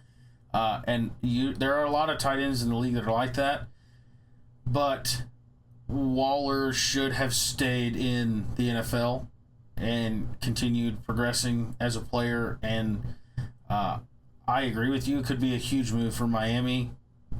Nate, just so I'm going to save you some time, I wouldn't even bother looking up any of the music that he made. Oh, don't worry. I won't waste my time. Derek, do you want to go over the New York Jets? Yeah. So we only have Mason Taylor down. I don't know, if I'm being completely honest. I don't have a ton about him. I think that he can be a good piece to help Justin Fields' development and maybe take that next step. But right now, the Jets are just kind of, they've got pieces, but I don't know if they've got enough. And I definitely think the tight end room is something that they can improve on. They got a few other guys on the roster, but he's the more notable name. All right. Baltimore. We alluded to these guys earlier as well. Mark Andrews and Isaiah Likely. I believe Likely is injured right now, and Andrews is aging. If it weren't for those two things holding them back, this would probably be the best duo in the National Football League. But there's definitely some weapons in Baltimore. Yeah, so staying in that division, you got Pittsburgh next, Pat Freiermuth, Jonnu Smith, and Washington. I know we kind of talked about this before, Nate. Is this the best tight end room in football? I think they're the most versatile. I mean, Washington is one of the best blockers at the tight end position in the league. Freiermuth can do both. And Jonnu Smith, he's been a serviceable tight end for a while. I think they have a lot they can do with their tight ends in Pittsburgh, and it'll be interesting to see. Yeah, I agree. I think that these guys all kind of complement each other well, and I do think that it's one of the better rooms in the NFL. All right. You alluded to Houston earlier, Derek. Yep. So Houston has Dalton Schultz, and then they also have another guy. I can't remember his name, but he kind of had a breakout season last year. Dalton Schultz, former Cowboy, he's kind of been that stability piece. He's been a very consistent, target for that team. It's just he's getting a little bit older now, and I expected him last year to have a little bit better of a season than he did, because with Nico Collins and Tank Dell really taking the focus off of him, I thought he could have quietly a lot better season than what he did. But maybe, now that they've got a little bit more stability, they have a little bit more chemistry, he'll have a better year this year. But I still think that he's a very reliable target for CJ Stroud, and kind of excited to see what he can do there. Dalton Schultz, to me, is a guy that I wish the Cowboys would have kept for the same reasons that you just said, about how he's kind of like the Mr. Consistency. He's he makes the right plays, he does the right things. To me, clearly can tell that there were some attributes handed down to him from guys like Jason Witten, because that is Jason Witten in a nutshell. I thought also he was going to have a really big year last year. I really thought him leaving Dallas after some of the interviews that he was doing about his time in Dallas, I really thought that he was going to have a big year, and I hope that he still does. But I agree 100% with you, Derek, where he's just kind of Mr. Consistency. I'm really hoping for a breakout year, or breakout season kind of for him to just kind of ball out and do the things that I truly believe that he can do and could have maybe had a whole career of. That will take us to Indianapolis, where the Colts drafted a rookie tight end, Tyler Warren, out of Penn State. And they also still have Mo Alley Cox. And I think these two guys, again, kind of similar to what Pittsburgh has going on, I think these two guys can complement each other well. Warren was very highly touted coming out of college, and I'm excited to see him play, especially with the Indianapolis Colts. Yeah, so like you said, he was a very high-profile tight end coming out of this draft. I'm excited. I think he can be. I think his game translates really well to the NFL, if I'm being honest. He kind of reminds me of Dallas Clark, former Colt. Obviously, it's very, very early, and you don't want to make any sort of like career comparisons, but when I look at him, that's kind of who he reminds me of. And it just so happens that he's in Indianapolis. So obviously you're always excited to see what these young kids can do. And I think he's been put in an okay situation. He's going to go in. He's going to be the number one, in my opinion. I think he could be a big piece to whoever ends up starting at the quarterback position for them, which that's a topic for another day. But yeah, really excited to see a guy like that who was so highly touted coming into the draft, see how he ends up performing this year. We'll go to Tennessee next. So these two guys, in my opinion, are going to have some monster years. Obviously, Tennessee has Cam Ward, who's a rookie, and young quarterbacks, their biggest benefactor can be the tight end position. So they have Chig, Nkonkwo, and Gunnar Helm. I know Chig had a pretty good year last year. He's a pretty athletic guy for as big as he is.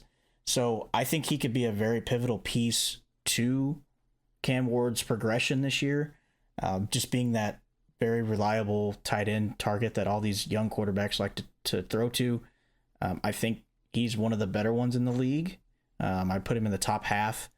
So I think he can be a very pivotal piece to Cam Ward's development. And Gunnar Helm, tight end out of Texas. I'm interested to see. He's a big-bodied guy. Hopefully he can play well. That'll take us to Denver, where the Broncos, they cut Noah Fant, and they signed Evan Ingram, who most recently played for the Jaguars. He had kind of an up-and-down year last year. I had him in fantasy as well. He would have blow-up games where he would, get 120 yards receiving, and then he would have some games where you'd only have a couple targets. So I'll be interested to see how Bo Nix and him gel in Denver. I was really surprised he did not go back to Jacksonville. Because I think if he would have went back to Jacksonville, that could have been a very good wide receiver tight end room. Yeah, I mean, he's a good receiving tight end, and it seemed like Lawrence and him, they meshed, and so it kind of surprised me as well. Along with Denver cutting Noah Fant. So, yeah, and I mean, Evan Ingram was the first guy to jump in when Trevor Lawrence got cheap shot last year or 2 years ago. So I really thought they had that chemistry there, which obviously you don't ever know what goes into a guy's decision on where he signs. But that was one that was kind of surprising. One of my notable surprises from the offseason. Staying within that division, we'll go to the Raiders next. Obviously, you have Brock Bowers, monster year last year. And then you've got Mayer on the roster as well. Going back to whenever they drafted Bowers last year, it was kind of a head scratcher for me. I thought he was going to go to the Jets just because they had Mayer on the roster who they were very, very high on. But obviously, they made the right decision because Brock Bowers had a monster season last year. I think he can be the next big name in the tight end space. You got George Kittle and Travis Kelce who are kind of on their way out of their careers. I think that Bowers can be that solidified what you're looking for, a prototype tight end in the NFL for years to come. And I think this goes to show in the NFL it's a little bit different than, we were talking about the MLB draft a little bit earlier when we discussed the Cardinals. But in the NFL, I think a lot of times, not always, but a lot of times it does pay to take the best player available, even if it doesn't necessarily fit a need for you, especially if you believe that guy is a difference maker. And obviously, Bowers is a difference maker. Tight end wasn't necessarily a position of need, but he's a playmaker, and he makes life a lot easier for your quarterback. That'll take us to the Chargers, who are going to run out Will Dissly, Jack Conklin, and Godston, rookie they drafted. This tight end room, here's what I'll say. In a Jim Harbaugh offense, which I'm going to beat the hell out of this year, I'm sure, these guys are mostly just blockers. You don't have tight ends that are vertical threats that are going to run down the middle of the field and catch a post. Dissly had a few games last year where he was decent, but these guys, for the most part, are going to be blockers. They run sets where the tight ends are right on the end of the line 98% of the time in LA. So yeah, it's not anything flashy in LA for the Chargers as far as tight ends go. Schneider, do you want to talk about your team next? Yeah, I guess that brings me to my Dallas Cowboys. So look, I'm gonna kind of piggyback off of Nate here. In the offense that they've kind of centered around Dak outside of 2023, Mr. Ferguson, pretty much has been a blocker. I'm really hoping. I know they have two really good threats in the wide receiver room, which we've talked about. I want to see Ferguson get a little bit more involved than what he was last year. He played in 14 games. Missed a few. No touchdowns, which I know as a tight end, outside of like the big name tight ends, you're really not looking at the whole touchdowns perspective of their stat line. Just under 500 yards, 8.4 on average is the number that I'm kind of looking at there. Again, seems very, I don't know, Jason Witten-esque. When it comes to Cowboys, their tight ends, he was always looked at a guy, we need a first down, who do we throw the ball to? It's going to Witten. I'm hoping Ferguson can kind of come into that role. He's 26. He's a big guy, 6'5", 244 pounds. I would love to see both of the tight ends get a little bit more involved. I would guess at Ferguson over, I'm trying to even pronounce Schoonmaker. I believe that's how it's pronounced. Schoonmaker is obviously going to get probably more of the starts. Ferguson is. I would just love to see him get more involved when it comes into this offense and him looked at more of an option in the passing game than just as a blocker. Yeah, I think, contrary to what we talked about earlier, I think this room has potential to be a top 3 room in the league, depending on which form of the Dallas Cowboys we get. I think Jake Ferguson is a stud. I think that especially now that they've got 2 solidified wide receivers, I think he's going to have a big year this year. And Schoonmaker is also a really, really good athlete. Obviously, Ferguson's their guy for right now. But I believe this is one of the best 1-2 punches in football. Yeah, I mean, Ferguson, he got the extension. It needs to be a big year for him. And like you said, with the 2 solidified receivers, maybe it'll take the defense off of him a little bit, and Ferguson can get a little more run in the offense. Derek, you want to go through Chicago? Yeah, so this one kind of surprised me. They took Colson Loveland in the draft, and they have Cole Kmet on the roster. I was very surprised when they did what they did in the draft. I think Cole Kmet is vastly underrated in this league. I think he's a very solidified tight end 1 on any team that he goes on. I just think Chicago has been so bad that it makes him look like a worse player. I don't know what they're going to do with them too, because I believe they just signed Kmet to an extension in the offseason. So maybe they're going to try to do like a 1-2 punch with these guys. This was a very big head scratcher for me from the draft, though. I like Cole Kmet, and I know he's a Bear, but I think that he's a stud. I really thought that he would have a better year last year. He would get a little bit more utilization with Williams, but I'm thinking maybe that'll leak into this year now that they've got an offensive coordinator that has shown that he can develop and run plays with very good tight ends with the next team that we're going to talk about. So I'll be interested to see what they do with these 2. Like I said, probably one of my bigger head scratchers from the draft, though. I actually really wanted the Chargers to take Loveland. I thought he would have fit really well in the Harbaugh offense. But yeah, that takes us to Detroit, where they have a tight end by the name of Sam Laporta, who grew up in a town about 30 minutes west of all of our hometown. So this dude is a stud. I love watching him play. He reminds me a lot of like a Gronkowski. He's a little bit thicker. He blocks well. I think I hope he takes one more step forward and puts himself up there with the guys like, Kittle and Bowers that you're talking about.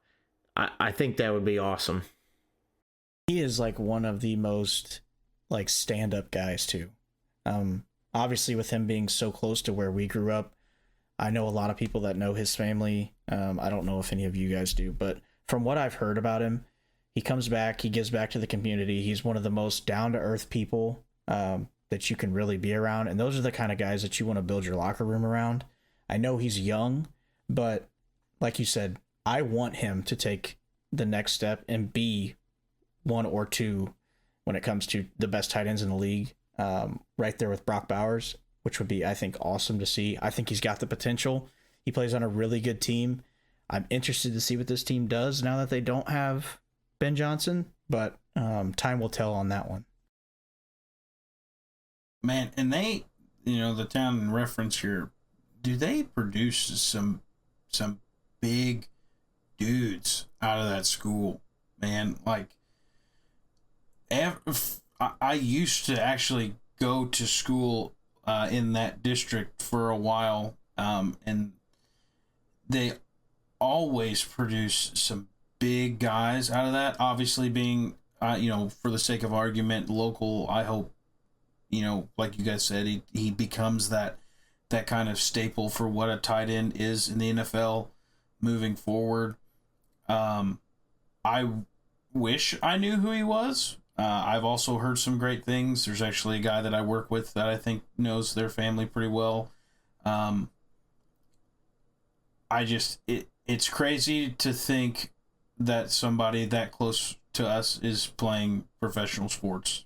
It's absolutely wild. And at the level that he's playing at as well. Yeah. It reminds me of when I was in high school. Jake Odorizzi came from the same high school, who, if you guys don't know, he played in the major leagues in baseball for a handful of years and was pretty good there for a couple of years, but couldn't make his career last very long. But it's always cool when a local kid makes it big, especially when you're from areas like we are, kind of out in the boonies. So it's kind of neat to see a small town kid make it big. All right. That brings us to Minnesota. So obviously the staple there is TJ Hawkinson. And the other number 2 tight end that has actually been a pretty solid piece to our offense is Josh Oliver. Really, again, I'm excited to see what this room does. This with the wide receivers makes me very, very excited that JJ McCarthy can progress and hopefully have one of those years like Jaden Daniels did last year. Like I said, I know it's not his rookie year, but it will be his first year starting. And to have a guy like Hawkinson that you can throw to, as well as the other wide receiver weapons that he has, I mean, I don't know how it gets much better than that. And then, like I said, Josh Oliver's kind of a blocking tight end, but he's one of those sneaky red zone guys you'll think he's blocking, but he'll kind of leak out in the flat, and he can catch some balls and get a few touchdowns here and there when you need that safety net. But I'm excited. I think we have one of the best wide receiver tight end rooms combos in the league. And obviously I think Hawkinson's a beast. He's coming off an injury, so I hope they kind of ease him back into it. But I'm excited. Yeah, I think Oliver was actually used to be a LA Charger, matter of fact.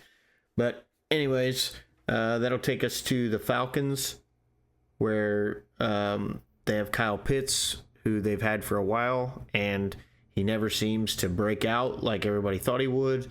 I think they picked him like 8th in the draft, and he's shown very few flashes. I've had him in fantasy multiple times, and he never does anything when I have him. So I hope, for his sake, that maybe he can find something in Atlanta with Michael Penix. Yeah, former Gator. I was super excited when he came out of college, and I thought Atlanta would actually honestly be a really good fit for him. Obviously, it hasn't worked out yet, but I still think that he can be a stud. I also think that Atlanta just needs to find that quarterback piece. That's obviously a huge part of it. But I guess only time will tell. I hope that he can have that breakout year. He's had flashes, like you said, but he's never been able to build off of that. So a guy who has kind of come out of nowhere, Trey McBride out of Arizona, one of the leading receiving tight ends last year. He might have been the number one guy. Got a nice contract extension in the offseason. He's one of those guys that nobody really saw coming, and I don't know if it's just because of the system that he's in. They don't have a ton of wide receiver talent, and Kyler Murray needs throwing a lot of short stuff to the tight end. But he's kind of an athlete. So, I mean, I think he's one of the brighter spots of that Cardinals offense. And, I mean, I can't really say much more about him. He's produced. Like I said, he just got extended. He's one of those guys that you just wouldn't think would be a top receiving tight end, but last year he's shown that he's worth the money that they paid him. Yeah, I was surprised by his breakout. I think it does have to do a lot with, you know, some of the things you said about not having very many weapons, and he didn't have a choice but to use McBride. But he capitalized on every chance he got, so kudos to him, and hopefully he can keep it up. And our last team on our tight end position preview is the San Francisco 49ers with Mr. George Kittle. We've alluded to a couple different times here his name. I think his career's kind of on the downturn. I hope I'm wrong about that. I've always liked Kittle as a player. I think he embodies the attitude and play style of what a tight end should be in the NFL. Very hard-nosed. Give it all he has every play. So hopefully he has a good year this year. Yeah, I mean, I think that he's kind of solidified himself in that top 3 tight end conversation for a while. Like you said, he's kind of on the downward slope of his career, but he just seems like he's one of those guys you want in your locker room. He seems like he's fun to be around. If you ever watch him like on television and they ever pan to him while he's on the bench or not playing, he just is one of those guys that has a goofy personality. He just seems like one of those guys that you'd want in your locker room to try to build that chemistry and be just that positive influence on some of the younger players, and to make sure, you know, the team is gelling the way that you want it to. All right. Well, I think that wraps it up for our wide receiver tight end position preview. We will kick it over for some NHL Blues notes for Schneids. He has a couple things here. Yeah, so not to keep the Blues on the back burner. There's just not a whole lot coming out. Obviously, we made the report a couple weeks ago, I believe in episode 2, that the roster had pretty much been set. They're gearing up for the season to start. Which after we get through a couple of these, I do want to ask you guys about that just a little bit to get a little taste of what you guys think. So the news that I saw was they made a change with their television broadcast crew. It'll now be Chris Kerber and Joey Vitale, guys who have had NHL experience. I've listened to them. That's it. I hope I said NHL, not NFL there. I hope I didn't mess that up. But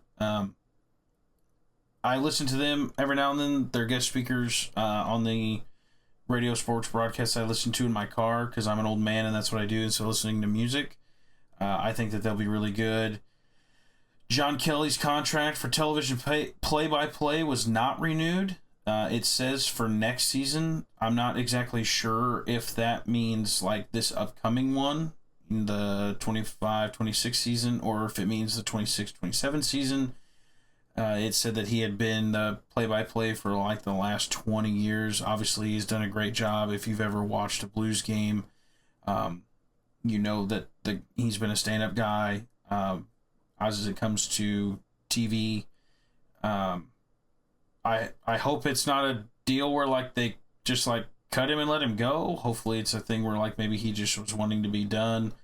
Also, it says on here that Keith Kachuk, longtime Blues player, joined his two sons Brady and Matthew on the deluxe edition on NHL 26. I'm going to go ahead and guess that means the cover of the game, correct? Yes. So the base edition has Matthew Kachuk, but I saw when they released the deluxe edition, they put Keith on there, and then Matt's brother Brady.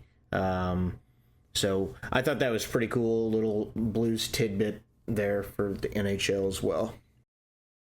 And then the question I have for you guys, just to kind of little sneak preview maybe of what's to come in an upcoming episode. I don't know how much you guys watch hockey. Obviously, I know Derek watches hockey. Me and him, I know last year I got a little bit more into it, but I know he watched a little bit more than me. Just with the way that things sit right now, can you give me a 1 or 2 word answer for your Blues this season, like how excited you are, or something along those lines? My 2-word answer would be huge upside. I think with the development and the kind of the breakout seasons that we had with guys last year, along with bringing in some defensive help from the Bolduc trade, I'm excited. I also think that it all could just be a dumpster fire too. I don't think there's really going to be an in-between. Me trying to be unbiased, I think we're better than where we're at in the preseason rankings right now, which is 14. I think that we will kind of be in a similar situation that we had last year, where we'll sneak into the playoffs, that wild card 2 spot, maybe fight for the wild card 1. But the Central is just a tough division. There's a lot of good teams. So I'm excited. I think they've done a lot of good things. And I'm gonna be honest, I'm not a huge Armstrong fan, but I give him credit. I think he's putting the team in the best position to succeed. And I'm excited to see what they do next year. Well, I guess it's this upcoming year. That is the longest 2-word answer I have ever heard in my entire life. I gave the 2 words in there. Yeah. I'll just say I'm excited. I think it's heading in a good direction right now, and I look forward to watching some Blues and covering some Blues for the podcast. My 1-word answer, I think, is going to be development or progression. There's a lot of guys on this team that I think are able to take a couple more steps in the right direction to progress their careers, and I think if doing so might make the Blues a staple in the NHL moving forward. I'm hoping for a pretty good season. Obviously, if you guys never have, I very much encourage you, 1, to watch a hockey game just sitting at home. They're exciting to watch, but also if you're able to, go watch one live. There is, in my opinion, is not a more fun sport to watch than hockey live.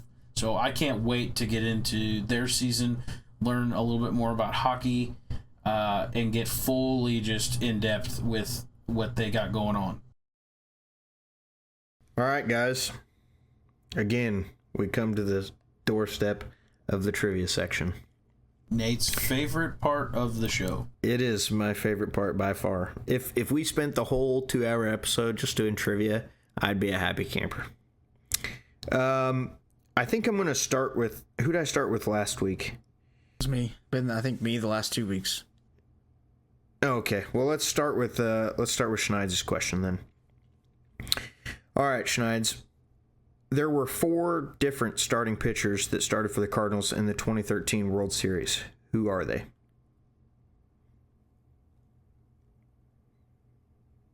Four different ones, huh?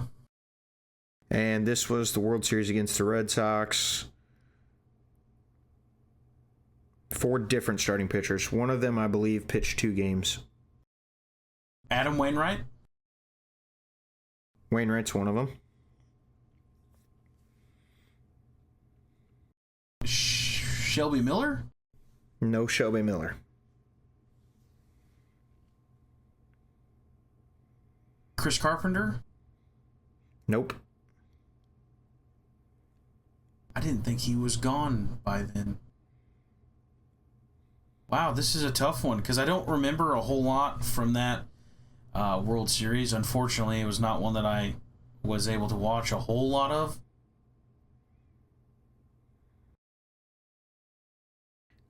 One of these guys, I believe, was the NLCS MVP.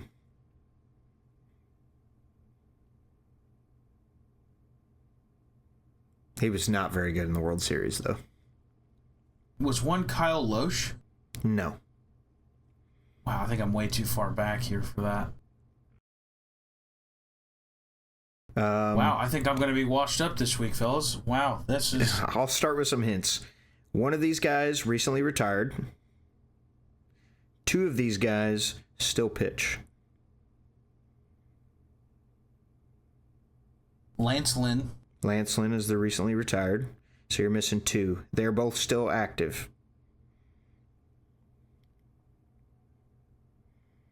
Both still pitching. One of them actually pitches in the same state.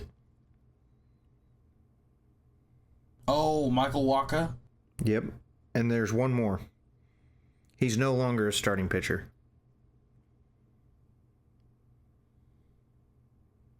So he's a reliever now. Yep. He's been a pretty good reliever over the last... I don't know. Was it Joe Kelly? It was Joe Kelly. Yep. And then I have a little bit of a bonus. I'm just curious if you can get one of these. If not, I'll just give you the answers. I don't want to spend too much time on it. There were also 4 pitchers who started in the 06 World Series. Can you name any of them? Oh, man. In the 06? When they beat Detroit.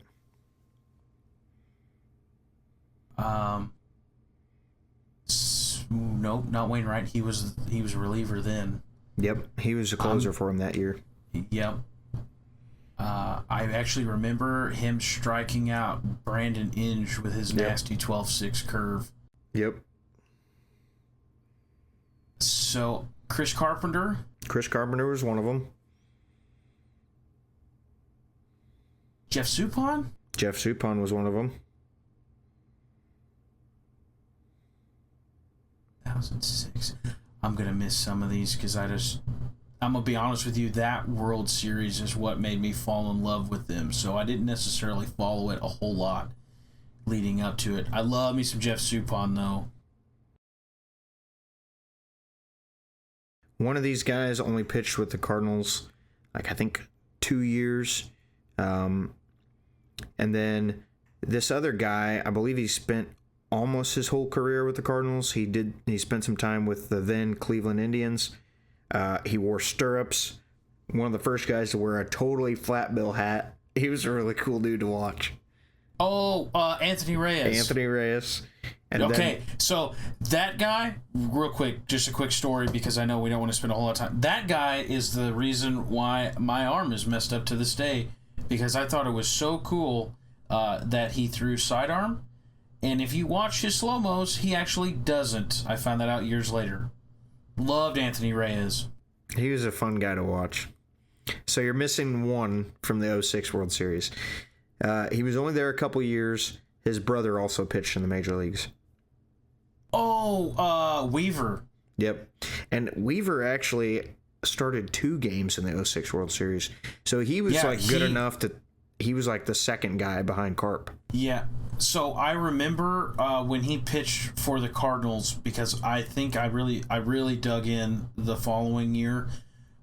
He was a very serviceable guy, but he had a couple years where he was actually like an underrated piece for them for a while. They actually had a pretty decent pitching rotation for that series, and obviously a couple years after. But yeah, that whole rotation, Chris Carpenter is like one of my favorite players ever. I actually got to watch him pitch once, and it was like a dream come true for me. But yeah, their rotation was actually really good with those guys that they had. I can't believe I remembered those names. I know I had some help, but that was pretty good though. I'm impressed. All right, way Derek, better than it's your Adam turn. Thielen. Oh yeah, nothing will ever be as bad as Adam Thielen. Yep, never living that one down. So The Vikings have the highest win percentage of franchises that have not won the Super Bowl. Other than the Vikings, who are the 11 teams that have also never won a Super Bowl? The Dolphins. Miami has won a Super Bowl. Okay. Oh my goodness. They were the first undefeated season, buddy. Off to a great start here. He did not see this one coming. No, I did not. Okay, let's go by division. It's probably the smart way to do it. Has Arizona won one? No. Okay. So there's one. Yep. So I'm looking for 9, correct? Because Arizona and Minnesota. You're looking for 10 more. 10 more? Okay.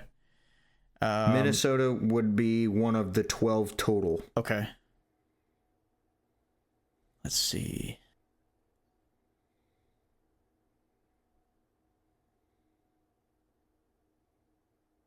I don't know if this counts, but would Tennessee be the other one? Tennessee counts. Okay. Why wouldn't it count? I'm thinking of Houston. I was like when they were the Oilers. No, they didn't win one then either. Okay. I didn't know. But Yep. let's see.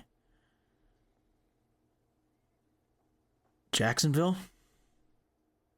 Jacksonville's never won one either. Okay. So you have 8 left. Houston? Houston has also never won one. I mean, they've only been a team for like 25 years. Right. But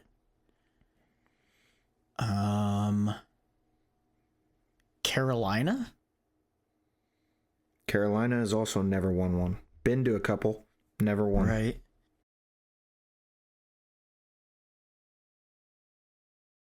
I think you're missing one here. I have a guess.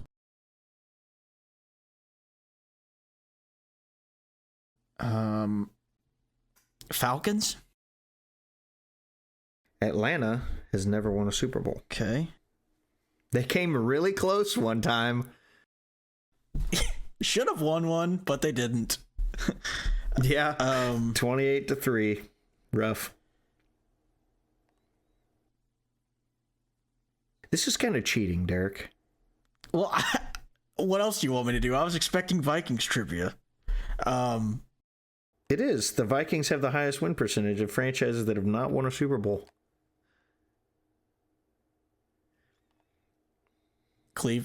Has Cleveland won one? Nope. Okay. That was my guess. That's a good guess. Cincinnati? There's one that's obvious. Cincinnati has never won one. There's one that's obvious that always gets talked about. Well, obviously, it's not too obvious, but... Oh, it's pretty obvious. One that's never won They've one. been to like... Correct. They've been to like 5 or 6, never won one. There's documentaries about this.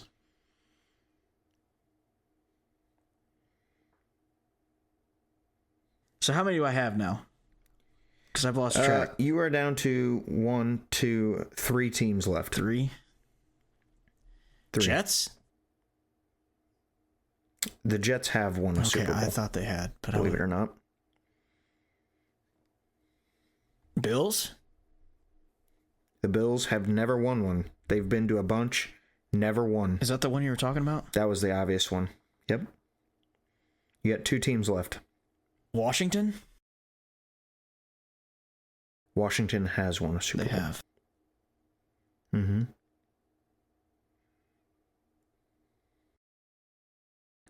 One of these teams is an AFC West team, and one of these teams is an NFC North team.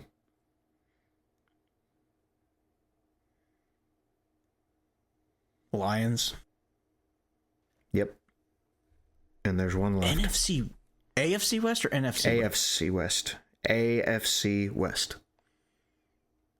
Well, I mean, it's got to be the Raiders. It is not the Raiders. The Chargers? The Chargers have never won a Super Bowl. Wow. Well, at least I know your pain, buddy. We're in the same boat there, buddy. That's honestly surprising me.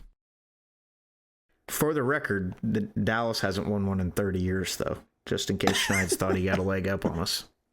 The year he was born. I do, because we have a ring and y'all don't. You couldn't wear it because you were born the year that they won their Super Bowl.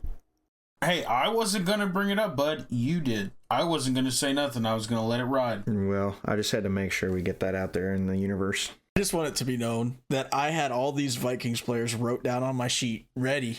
And then you threw that, and I'm like, well, that went out the window. Yeah, you're cheating. No. You can't write stuff down. No. That would be like me asking Schneids, what are the 4 pitchers? Hey. And he pulls up a list of everybody that pitched for the Cardinals in 2006. I never looked at a That's computer. cheating. That was strictly out off my top of my head is right here. That's like, do you take a test and you don't study? Like, no, you study for when the test I is. just want it to point be of known, trivia. I had all mine guessed without anything wrote down with very minimal hints. Yes, I'm proud of you, Schneids, for not cheating.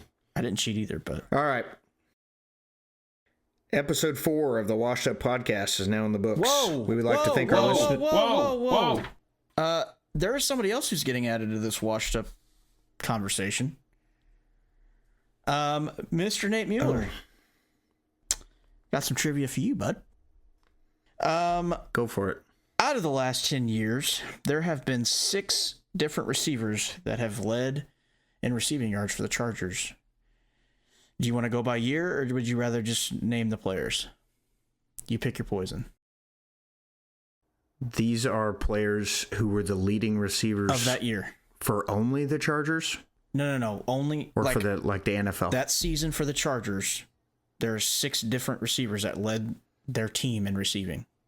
Can you name those receivers? Oh, Going back to 2014.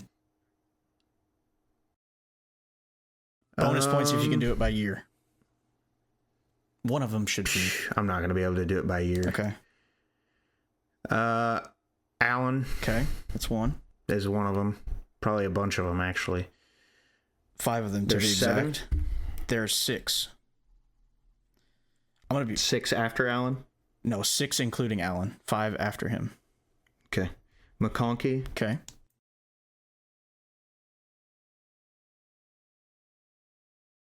$14, you said, right? Yep, 14.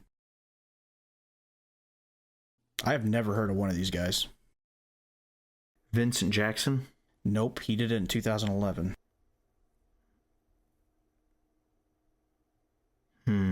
What a stud, by the way. Did Mike Williams ever do it? Yep, 22 and 21. So you're looking for 3 more guys. 4 more? And they just happen to 3 be more guys? 16, 15, and 14. Wow. I'll give you a hint whenever you're ready. You go ahead and tell me when.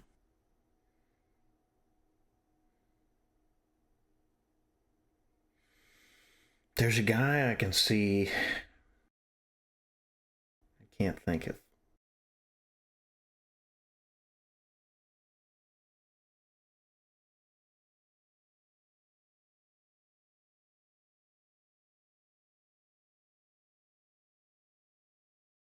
You let me know when you're ready.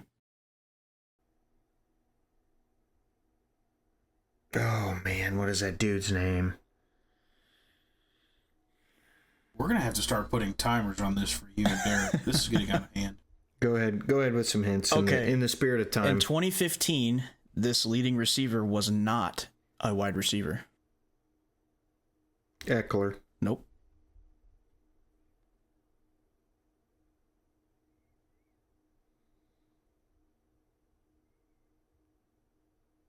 $16. 16. Gordon. Nope. Sproles. Nope.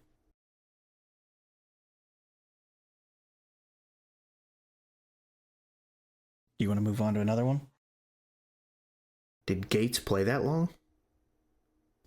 Is it Gates? It's not Gates. He is a running back. What the hell? I forgot he played for the Chargers, to be honest. He's most well known Ryan Matthews? for being on the New England Patriots. Danny Woodhead? Yep. I totally forgot he played for you guys, to be honest. It was only a year or two, I'm pretty sure. No, it says 4 years on here. Really? 13 through 16. It was after New England. So you're looking for 2016 and 2014. Yeah. Go ahead with some more hints, brother. 2016 guy played for you guys. He came in, you guys drafted him.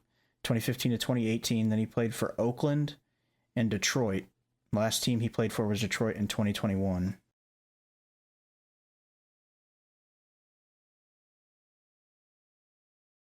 Man.